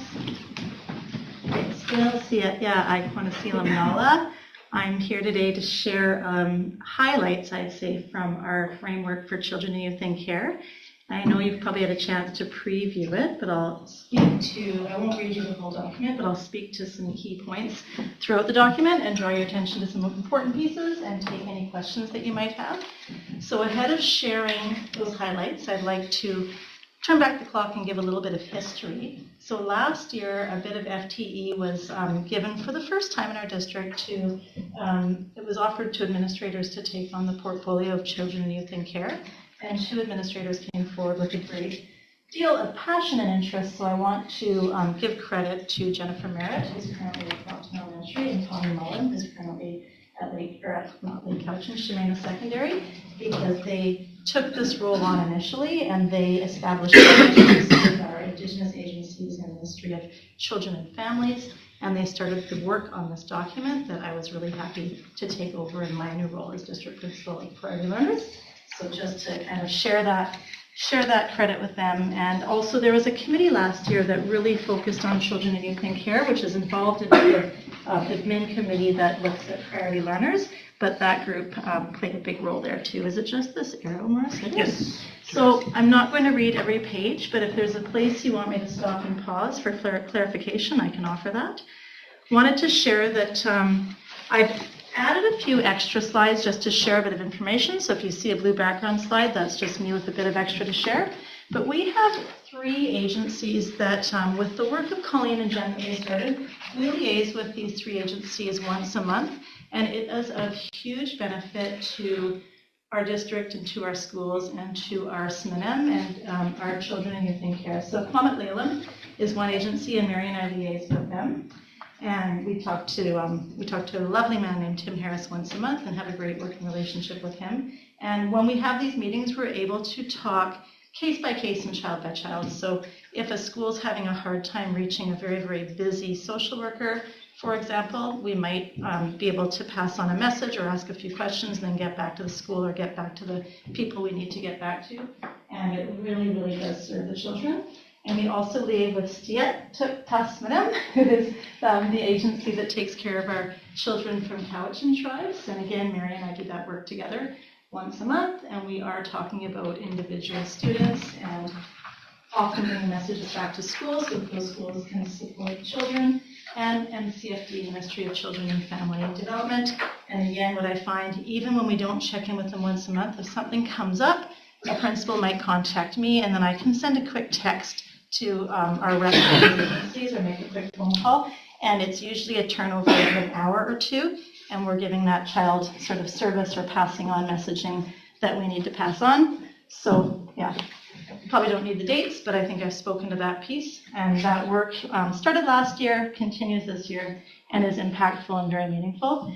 And this document, because it will be facing, we haven't quite decided where it's going to live yet, but for example, if it's in Cowichan Learns, it would be outward facing, but even just making sure we're defining our priority learner groups for our staff who are working with the children. I think we're at a stage now in our district where everybody's quite familiar, but outlining who our priority learners are, and this document obviously really focuses on our children and youth in care.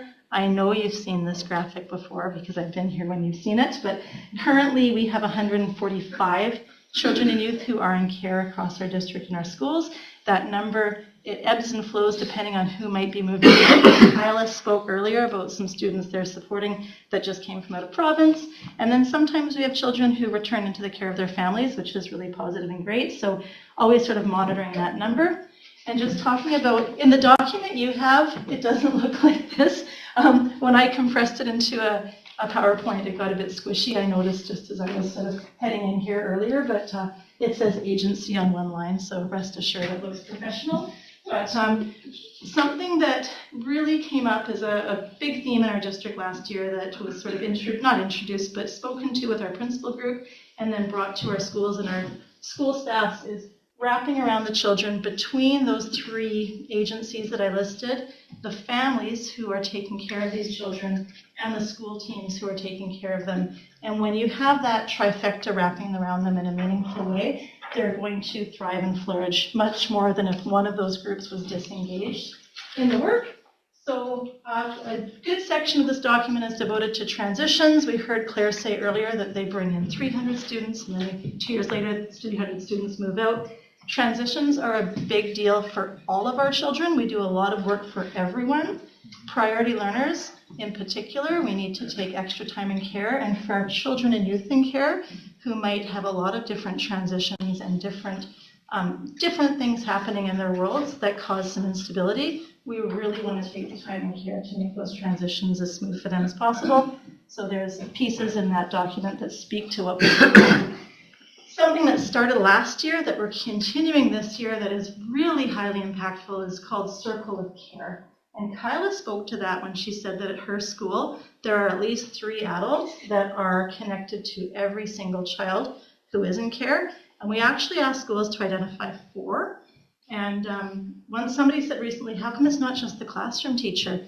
Well, if you're in grade 5 and you come into care, your grade 5 teacher might be your closest connection. So that teacher might stick with you as somebody in your closest circle until you transition into your next school, for example. So we have at least 3 people, if not 4, who are always checking in with these children. And what we find in our schools is there's usually one person that's really closely connected, but we always want more than one person wrapping around each of those individuals.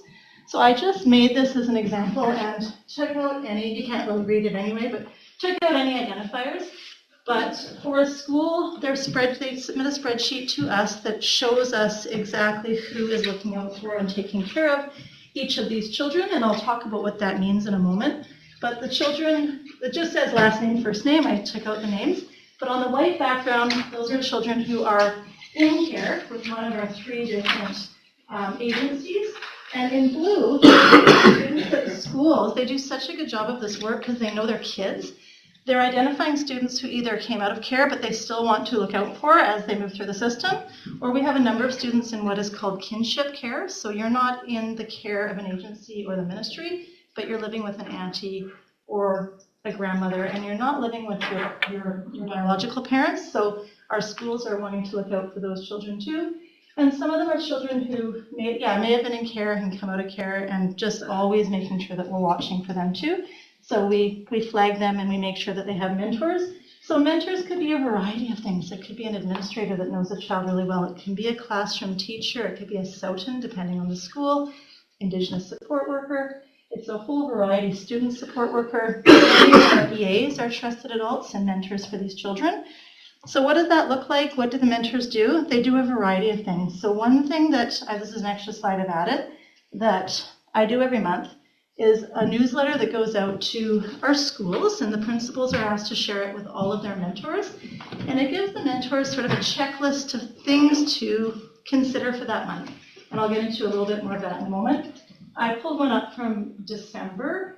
And so when I met with NCFD that month, they said, hey, Nicole, this Thursday, December, I can't remember what it was, I think it was the 18th, we're having our Santa lunch. And that can go really, really well for students, but let your schools know kids will be out for the morning.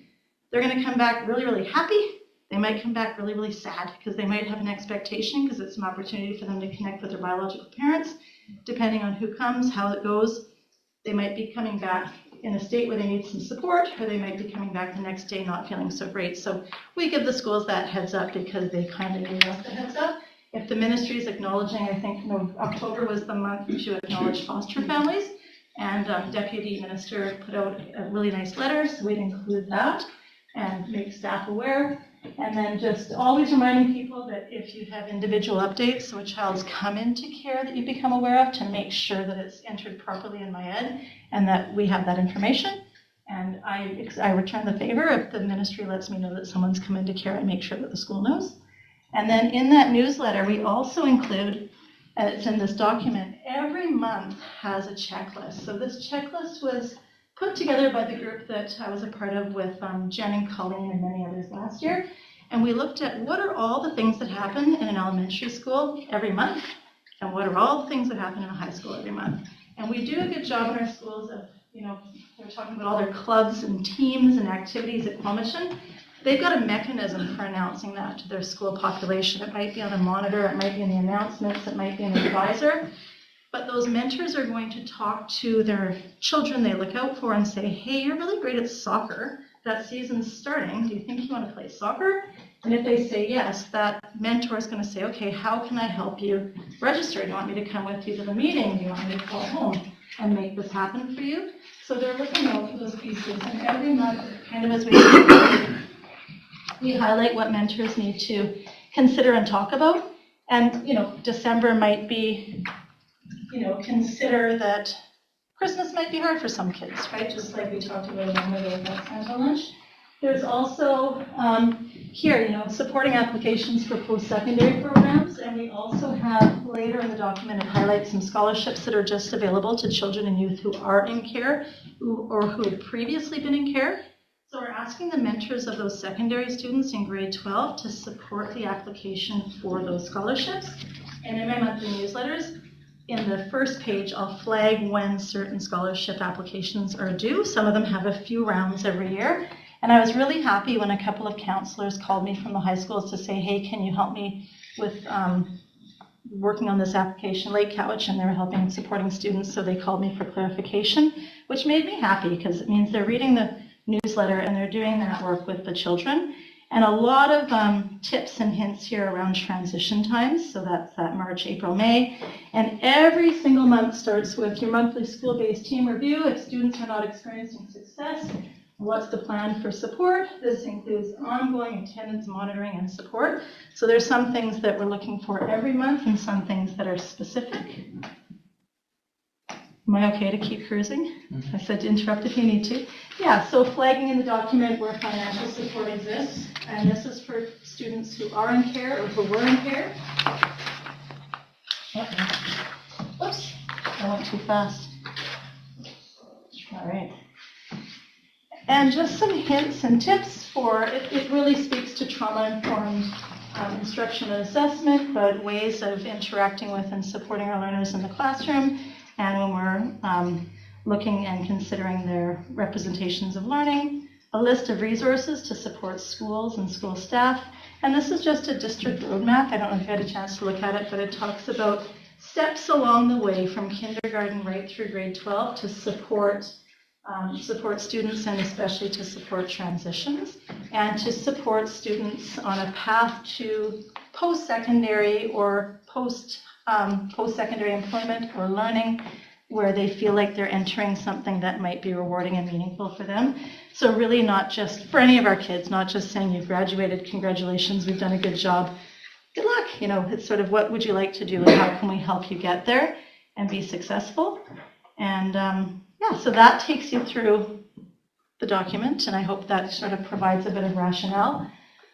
When we do our indicators of success, which you may have heard referred to as red, yellow, green, we did a round in November, and with our children and youth in care, over 90% were green for attendance, so they're coming to school.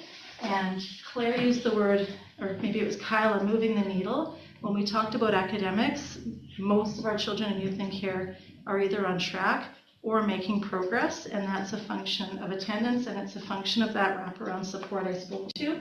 And over 70% are green for social emotional, right? And very few are red. So really proud of the work. This document has been, I guess, brought to IEC for feedback. It's been brought to the principals, vice principals for their feedback, and they provided a great deal, which was incorporated into the final product. Tim took it to DPAC to show that group of parents, and I also showed it to MCFD and our Indigenous authorities, and they were really thrilled with the work, and feedback was thank you so much for everything everyone's doing in school. And because it's that personal touch, I'm thinking of one example from a few weeks ago when we're talking about individual students. I was reading emails from principals to me about children, and the two ladies we meet with from MCFD, one of them said, I'm choked up and verklempt because I can't believe what a good job that principal is doing to take care of this child. So I think just with that emphasis on priority learners and emphasis on taking care of this group of children, we're doing, I think, a real job of it, and it's only going to get stronger. So that is that document. Thank you. Any questions, Trustee Schmidt? More of a statement. Thank you. This is the first time in a very, very, very long time, and I know I've said it to Tim before, it's only been recent that I finally feel that priority kids in care are getting caught. Because so many times those kiddos, we know years past where they tried to catch them or they would try to work with them, but this guarantees me the knowledge that no matter what, these kids are caught and they're going to succeed because of the work that you and your team have done to make sure this happens. And I can't tell you how much this means to me. Just thank you. Yeah, you're welcome. And sometimes you inherit something wonderful and positive, so just making sure that, you know, Derbyshire too was a part of, and Mary initiating those meetings with all so those important. groups. But it's the first time that I felt confident that kids are going to be okay. Yeah. So thank you. Yeah. And I can assure you too, in my role, I visit all the schools and talk about each of these children, and those schools know those kids. They really know what they do. Yeah. Great work. This has my heart in more ways than you could imagine. When I think about you doing this presentation, like to MCFD, there is a group of community partners. We're called Couch and Youth at Home, and I think we have about 80 youth serving organizations that come together. And for the broader community to know that this process is in play and to make the connections between not only the care providers, but the community organizations that are out there. Would you ever consider doing a presentation out in the community to just have understanding of this broader role that we can play to catch all of those young people that fall? I'd be thrilled to. Yeah. Okay, thank you. I have a question. When you talked about scholarships and making sure all the schools are aware when to have them, you said that was December, right? There's for a couple of them, there's 2 different rounds for these specific ones, but generally in our schools, for scholarships, schools are making presentations to their grade 12s in December around getting them to start thinking about and working towards scholarships, and applications are generally due really soon, really close to spring break. When do you talk to the kids about the scholarships? And usually around December, that grade 12 year. Mm-hmm. Why wouldn't you be talking to the students in their grade 10 year to say, especially those kids in care, because they don't know this stuff's out there. Mm-hmm. And a lot of kids who are in care are just fighting to survive. Why wouldn't we be talking to those kids in their grade 9 or 10 year and say, hey, look, it's a ways away, but if you want to go to university, these are the tools and the things that can help you. There is scholarship money out there, and get them thinking about it and showing them what's possible and what's out there. So now I'm in grade 9, and I'm thinking, yeah, I got no hope of going to university because I can't afford it. Now there's, maybe there's a way. Mm-hmm. And then it could possibly help out with attendance, grades, taking that financial load, which is a huge mental health hit, off of them and allow them to flourish more. Mm-hmm. Yeah, quick answer. I would say I believe we do let kids know about opportunities well ahead of grade 12 and say these are different things. And we do that with our grade 10s across the board. Mm-hmm. Starting to back it up into grade 9. Grade 9, we're kind of getting them ready for grade 10.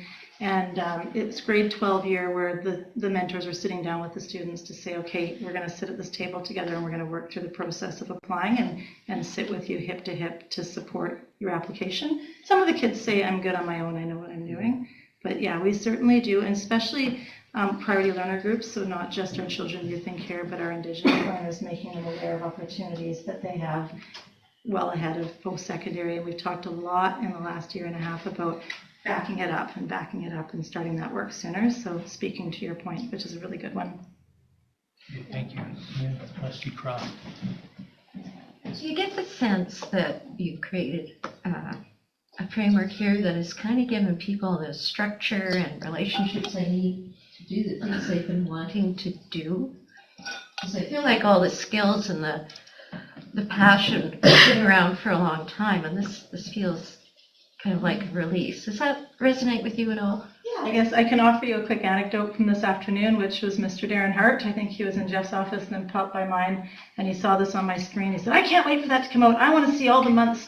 He gets every month. But he said, no, I want to see all the months because this is a really good document, and I want to share it with my staff. So I think it does provide a structure, and I guess that's the very definition of framework, to provide that point of reference and place to start from. So that's the hope. Yeah. Thank you. Thank you for this presentation. We appreciate it. My pleasure. Sevka. Okay, business and operations. Mr. Sandquist, starting with year-end financial projections. Thank you.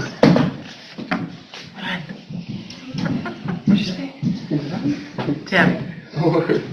Still let it run fast. Finances. You're hurting, you're hurting his feelings. Go fast. Go fast. Okay. I'm following like a sheep. All right, Mr. Sandquist. As the board know and this committee know, we track our financial position estimates out to the end of June 30th of every year. We're looking at it as of January 31st, 2026, and And I think there's still a few unknowns in the projection. But right now, I just wanted to show you that we're currently tracking about $284,000 better on $111 million budget. We don't have the February count in yet. Well, it is in, but I don't have the financial pieces from that yet incorporated into this projection. You can see that the ISP program is about $170,000 ahead, and we're ahead as well on miscellaneous revenue. And a little bit ahead on rentals, but everything else seems to be tracking pretty close. When we look at wages and salaries, the principal group on $6.8 million is within $6,000. The teachers on $43 million is within $8,000. So those are tracking incredibly close. There's second semester contingencies in there. And so when we get the February payrolls in, we'll be able to really see what's happening in the second semester. We're about $90,000 to the good on education assistance, but expect to be spending some of that based on the needs of the students that have been identified now in the February count. And then USW is tracking about $108,000. So the big savings right now is we're still tracking under budget by about $360,000 on absenteeism or replacement costs. So that's the big positive number here. And then that all translates into benefits. Right now, the best projection I can give is that we're about $400,000 under on $20.7 million. And then assuming all the expenditure budgets get spent in their completion, utilities, it has been a warmer winter. We're going to see what happens there in probably another month. But right now we're about $1.285 million ahead of budget, which is good. And that will get more and more accurate the closer we get to the end of the year. But that has moved a fair bit because now I've been able to look at benefits, which I wasn't able to look at in the last projection. Any questions? No? One? So I'm thinking it's not going to snow, right? Yeah, it's not going to snow because the board invested in brand new snow removal equipment. It's almost the end of February. That's why it's not going to snow. You're right. We are over prepared now. And did buy the additional truck, the 1 ton, at the end of June. To be ready. Okay, so moving on to my next item. Enrollment projections have been submitted. Oh, this is hard to see. And I think the big thing really to show you is, and I talked about this at advisory, we're assuming no in-migration. We were looking at our data, we didn't see any growth between September and January. And we were reasonably conservative on the kindergarten enrollment because the numbers weren't strong, as strong as we were expected, and they never are full. Not everybody registers when they're asked to register. A lot of people will come in September, but we were a little bit below on K, so we've gone in with a very conservative number, and I'll show you on the next slide. So we think we're going to be down by 165 learners FTE next year. Cumulatively over the last 3 years, that will be 500 students down. So we are in a period of enrollment drop. I'll have some really interesting data for Vista when we come together in a couple of weeks. The ministry thought we'd be down by 134. So we're thinking it's going to be a little bit worse than the ministry had projected. And then the next year, I have a very modest decline in the projection of about 24. Some bigger cohorts move into secondary, take more than 1 FTE and kind of offsets some of that. And then the year following is another 100 down, where the ministry has us at 112. So period of enrollment decline. This is the current year's numbers on inclusive ed, level 1, 8 to 8. We think we're going to be at 8. We're at 555 right now. Inclusive ed has 543. And then we're at 84 right now in behavior, and inclusive ed has 63. So those are the numbers we've used going into next year. And that may be something where we're pulling back some service on those numbers again. And when those kids come back, if they come back in September, we put it back. So that's kind of the enrollment that's been submitted, and here's the bar graphs. You could see over the last number of years has been this steady growth throughout these years here, especially these 3 years in here where we really grew kind of post-COVID. A lot of people moved to the Cowichan Valley, and then this is the current year down 186 learners, and then next year following another 165, and then continuing to trend down. Any questions? Moving on. Okay, here's the exciting part. The big budget preview report, the things we're thinking about as we're beginning to move into the planning stages of the 26-27 annual budget. This is a report. It's in your package. I'm not going to read it. The first part is really around what are we doing right now. And we projected enrollment, and we're starting to look at some of those cost escalations. We're looking at inflation rates. We're looking at the ministry grant estimates. And we're beginning to think about strategies to help balance next year's budget. The fiscal year is July 1st to June 30th. You know this, and we have to have a budget adopted by the end of June, but really have to have it adopted in May to do proper staffing. So we'll be working very quickly once we get the funding estimate, and it is coming in on March the 12th, and we'll be able to prepare things over spring break. So looking at student enrollment, at September 30th, this is our projection for next year and how many students in each grade. We always have a big bubble in grade 12, and that's because some students stay for a little longer, the ones that are on the 6-year graduate. And so that is normal, and it wouldn't necessarily be that 812 go out and 492 come in the next year, because some of those kids will stay. But it's important to look at the other cohort sizes and see how much smaller they are coming in versus where we have kind of in these middle years. So those are the grade by grade projections for next year. And lots of reasons for that. We've been talking about birth rates, and we've been talking about in-migration. I think those are our two big key factors, is that in-migration is slowing and birth rates are on a significant decline. You just saw this slide, so I won't look at it again. This is the funded enrollment by year, 165 down next year in projection. And that's super important for determining class size. We'll be building our staff on that. Unique student needs, the area where we see a little bit of a drop right now with the data I've got from Inclusive Ed is in level 3s, otherwise pretty solid, pretty consistent. But with enrollments dropping and Inclusive Ed numbers aren't, that creates complexities in classrooms. There's a higher concentration of designations. So we can expect that trend to continue on. Funded expenditures that we're seeing for next year, we do expect when the wages are settled for those to be fully funded. Right now, you can see in the public realm that there's 3% mandate over the next 4 years. There's a few other little its and bits in there, but we're sure hopeful that those will be funded by government. And we'll wait to see those finalized. So I don't think the funding that we're going to see as a school district on March 12th is going to reflect those wage increases yet. The provincial government doesn't yet reflect those paid wage increases, which was announced, I guess, about last week. Not funded, teachers move through grid steps with experience. So somebody going from an 8 to a 9, for instance, 8 or 9 years of experience. Those increments typically can be upwards of $600,000, and the board pays that. They can be offset if there is a year of retirements. So, people are moving up and their wages go higher, and if people retire and younger people are hired, there's some offset there. But we don't yet have retirement data.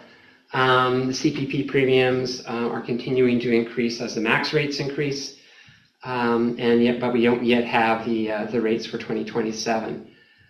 Inflation appears to have relatively stabilized at around 2.3%, but the next thing I'm going to show you is really shocking. These are the premium increases that have come in through our benefit providers. Teacher extended health, 27.24% for a cost of $507,000 unfunded. Teacher dental, 10.14% for an increase of $127,000 unfunded. Principal extended health, 22.18% increase in premium. $43,000, a little bit of dental reduction there, hardly anything. QP extended 7.35%, $80,000. QP dental 3.43%, $127,000. USW extended 21. So look at those extended rates, like in the high 20s. 21.78% unfunded. Dental 13.87, but almost $1 million in unfunded benefit premium increases year over year. So I don't know if that's inflation or usage yet. We'll have that information when we meet with the benefit provider. And that's on top of the $800,000 from last year? About 7 something last year. Yeah, this year was about a $700,000 premium increase. So they're they're far exceeding inflation. So we're just short of $1.6 million of increases on benefits in the last 2 years. Yeah. Without them being funded. Correct. Yeah. And so this is really quite a terrifying number moving into this year's budget. Are all districts facing this issue? So teachers and principals, these top 4 line items, those are pooled provincially. So if we're getting a 27.24% increase, so is our neighbors, so is the rest of the province. And that's the big dollar value, right? These are our local experience down here, the QP and USW. So those are what happens with the usage here. And there's going to be a combination of inflation, there's going to be a combination of usage, but those are really significant. So I think most districts are going to be probably quite shocked by this. And it depends whether you're a district that has collective agreements that pay 100% of premium. Some districts pay 50% of premium or 85% of premium, and the employee pays a portion. But here, the board pays the entire amount. And is the provincial government, I take it they're aware of this? You can be aware of this. So that's really significant, and just wanted you to be aware of that.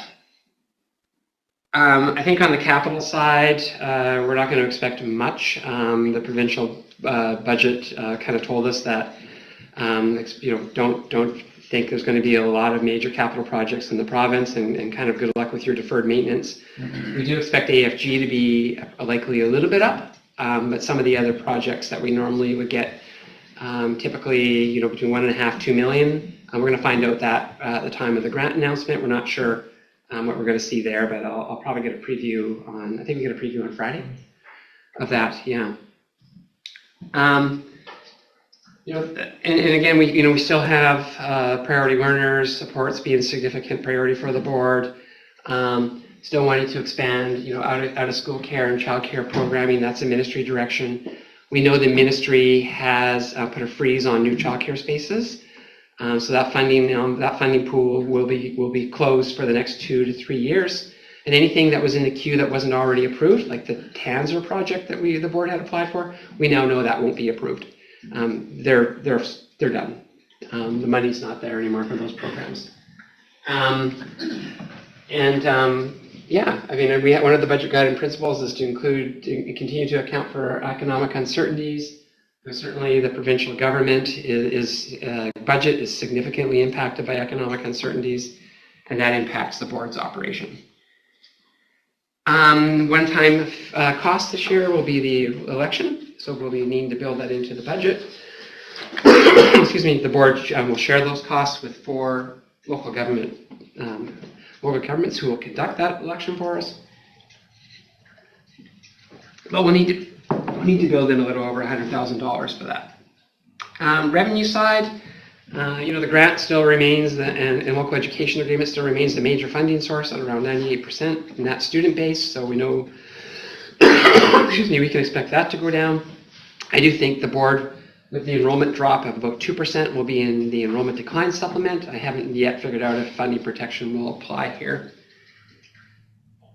But we will look at that. Ongoing grants for student transportation and pay equity. We're not expecting any changes there. So the board receives funding to not charge for bus rides. And ISP revenues continue to have recovered well post-COVID and have been growing a little bit year over year. Excuse me, my cold. I think investment revenues are going to be relatively stable. Bank of Canada rates seem to have really stabilized after a significant period of decline. Thank you.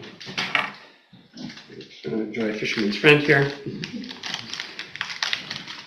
This year's budget is balanced using just under $2.7 million in surplus. That will have to be found as the budget rolls over. The board still has $4.4 million in surplus, and I've just shown you a projection of approximately 1.285.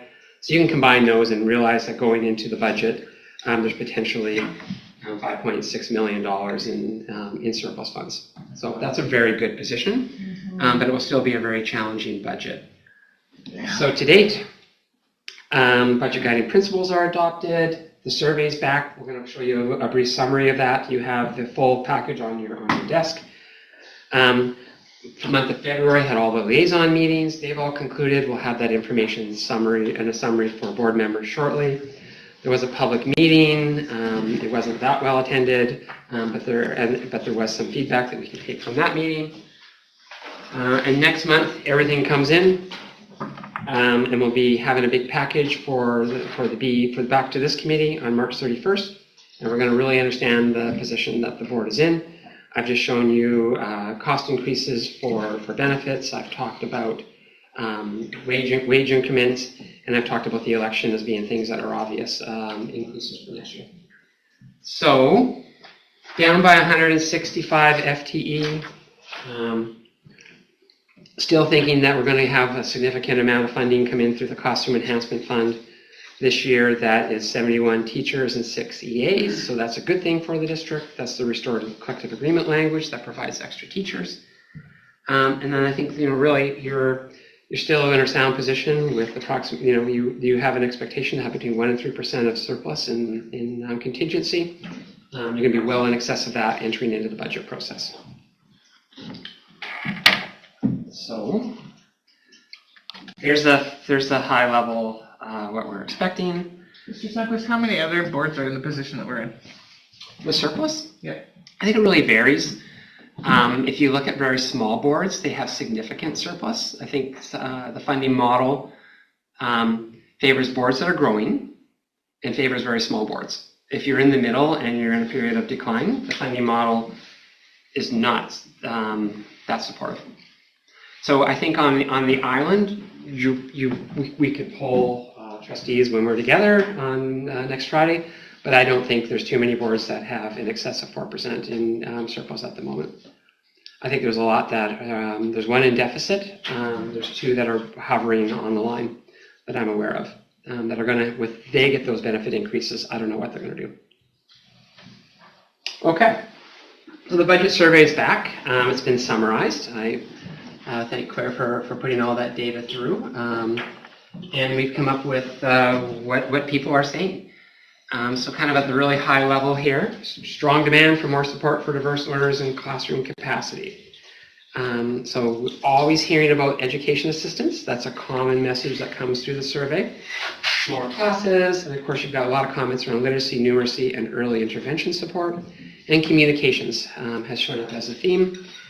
And I think you probably heard that as well through many of your liaison meetings. Renewed emphasis on foundational skills, literacy, numeracy, and back to basics. So you got comments there that have been summarized. More applied learning, less screen time has come in. High values placed on hands-on applied and outdoor learning. So this is the trades program and careers, which we'll have something for you shortly on. Field trips, outdoor learning, school gardens, land-based learning. So some keywords that I think are on the board's radar right now.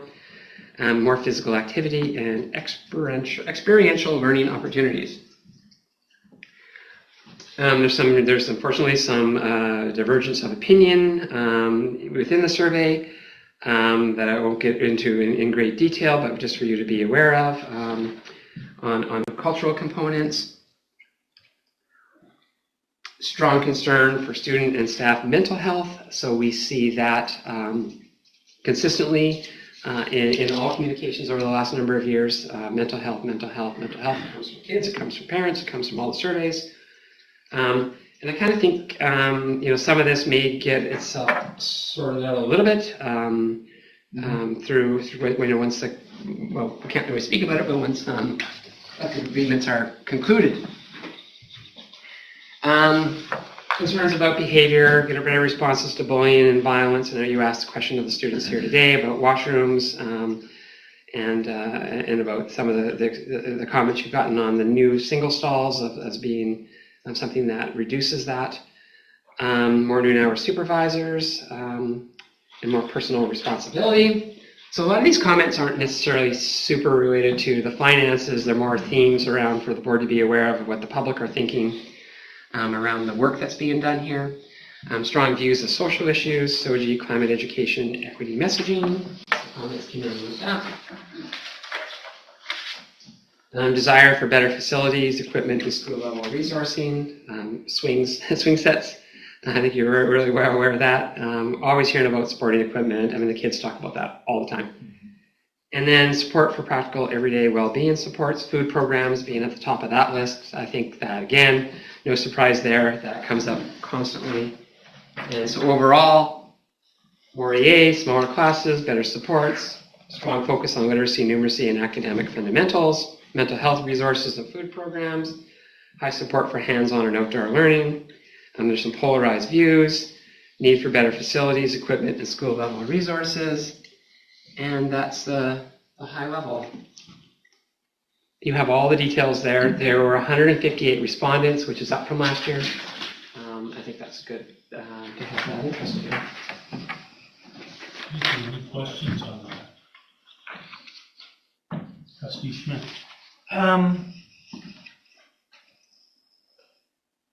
Thank you for tactfully putting this summary together. I'm trying to look over there at Claire as well, because I know some of these results weren't kind, and I just want to say thank you to staff that had to go through these and build a summary that was respectful, but also showed the opposing views. I just want to say thank you. Thank you, Claire. The next item I have, which is the last one, is the, again, loading all the data on the Shemanis Crofton grade 7 conversation. And there's a lot of it that has come in. There will be a briefing note on the open package for next week, so that will go out on Friday. It's been drafted, but at a glance, trends here. Overall, and this is probably going to align with things that everybody heard when they were out doing the consultation. And know that the board has been to the district student advisory. You've heard from the Indigenous Education Council. Every staff member had an opportunity to participate in staff meetings at the 3 schools affected. There were 2 public meetings. There were meetings with the unions. There were engagement with the Community School Association, municipalities. Penelakut Nation provided feedback, and that's all reflected here. So overall, strong support to return grade 7 to elementary. Reasons why are here in the results. Minority preference to keep grade 7s at Shemanis Secondary, but there was feedback. There were families that felt their children were ready and wanted some of the opportunities that were there at secondary. Timing is where this is divided. There's the do it nows and the do it in a year. And there's probably arguments for both sides of that. The briefing note will get into that in a little bit more, but you can see the do it now. Match the rest of the district. Do it now. Less anxiety, less limbo. You kind of heard some people might have said rip the Band-Aid off, and then give it a year. More time for staffing implications to be thought through, space planning, resources, etc. Student safety and well-being dominate the rationale. Many reference, bullying and vaping in bathrooms, emotional readiness of 11 to 12-year-olds, for instance, and neurodivergent learners. And then we have, program trade-offs, K-7, leadership, big buddies, kind of those opportunities to be the leader in the school. And then 7 to 12 games, exploratories, wood, metal foods, some of the specialist things that they're able to be exposed to. And again, all this is probably not a surprise to you. Facility and operations considerations, that will, if it's next year, the board doesn't have to make a decision at all. If the board makes a decision and it's 2026, there will be 2 portables in use. If it's 2027, there'll be 1 portable in use per projections around enrollment. Student voice is mixed, but trends younger, so many elementary students prefer to stay. So this was, some are excited to go to high school. So there's, again, mixed feedback from the kids. So 104 online responses emphasized maturity, safety, emotional maturity, safety, and leadership as top reasons for K-7. Where timing was noted, comments more often lean to earlier move to do it now. But it is relatively split. So implication, there's more here. There's implications and considerations that have come out of here. Moving to K-7 in 2026. Get that communicated soon. and address the space soon to be ready for that. That would require reopening those 2 portables. And then if deferring, use the year to plan properly. So there's your 1 sentence takeaway. When this was loaded in for summary, dominant trend favors returning grade 7 to elementary for those reasons there. Timing remains the debate. Questions, Trustee Schmidt? I think the one piece that I took away from the meeting was the compassion for parents at Chemainus Elementary when they learned about what was happening at Crofton Elementary, and the viability of the programming at Crofton Elementary. And so, with the staff all in support of this move, both in Chemainus Secondary, Chemainus Elementary, and Crofton Elementary, and the compassion from the parents there to make sure that Crofton can be sustainable and still get the programming it needs without losing staffing as far as as their enrollment continues to shrink. I think that part was a really big piece of what I took away from that meeting, was the compassion regarding what could happen at Crofton if we don't do it soon. Yeah, the enrollment impacts are much more significant in Crofton in projection than they are in Chemainus. Any other questions? Thank you. Thank you very much, Mr. Sandquist. Highlights of the February 17th advisory meeting, Trustee Croft. Thank you.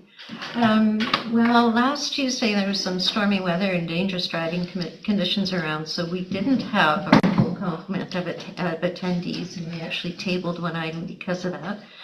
Our check-ins included a number of kindness projects throughout the schools, Lunar Year celebration. There's a National Strawberry Day, which was new information for some of us. And there was also opportunities for students to both serve and connect with elders, some buddy programs, and more. So continuing good news about activities in the schools.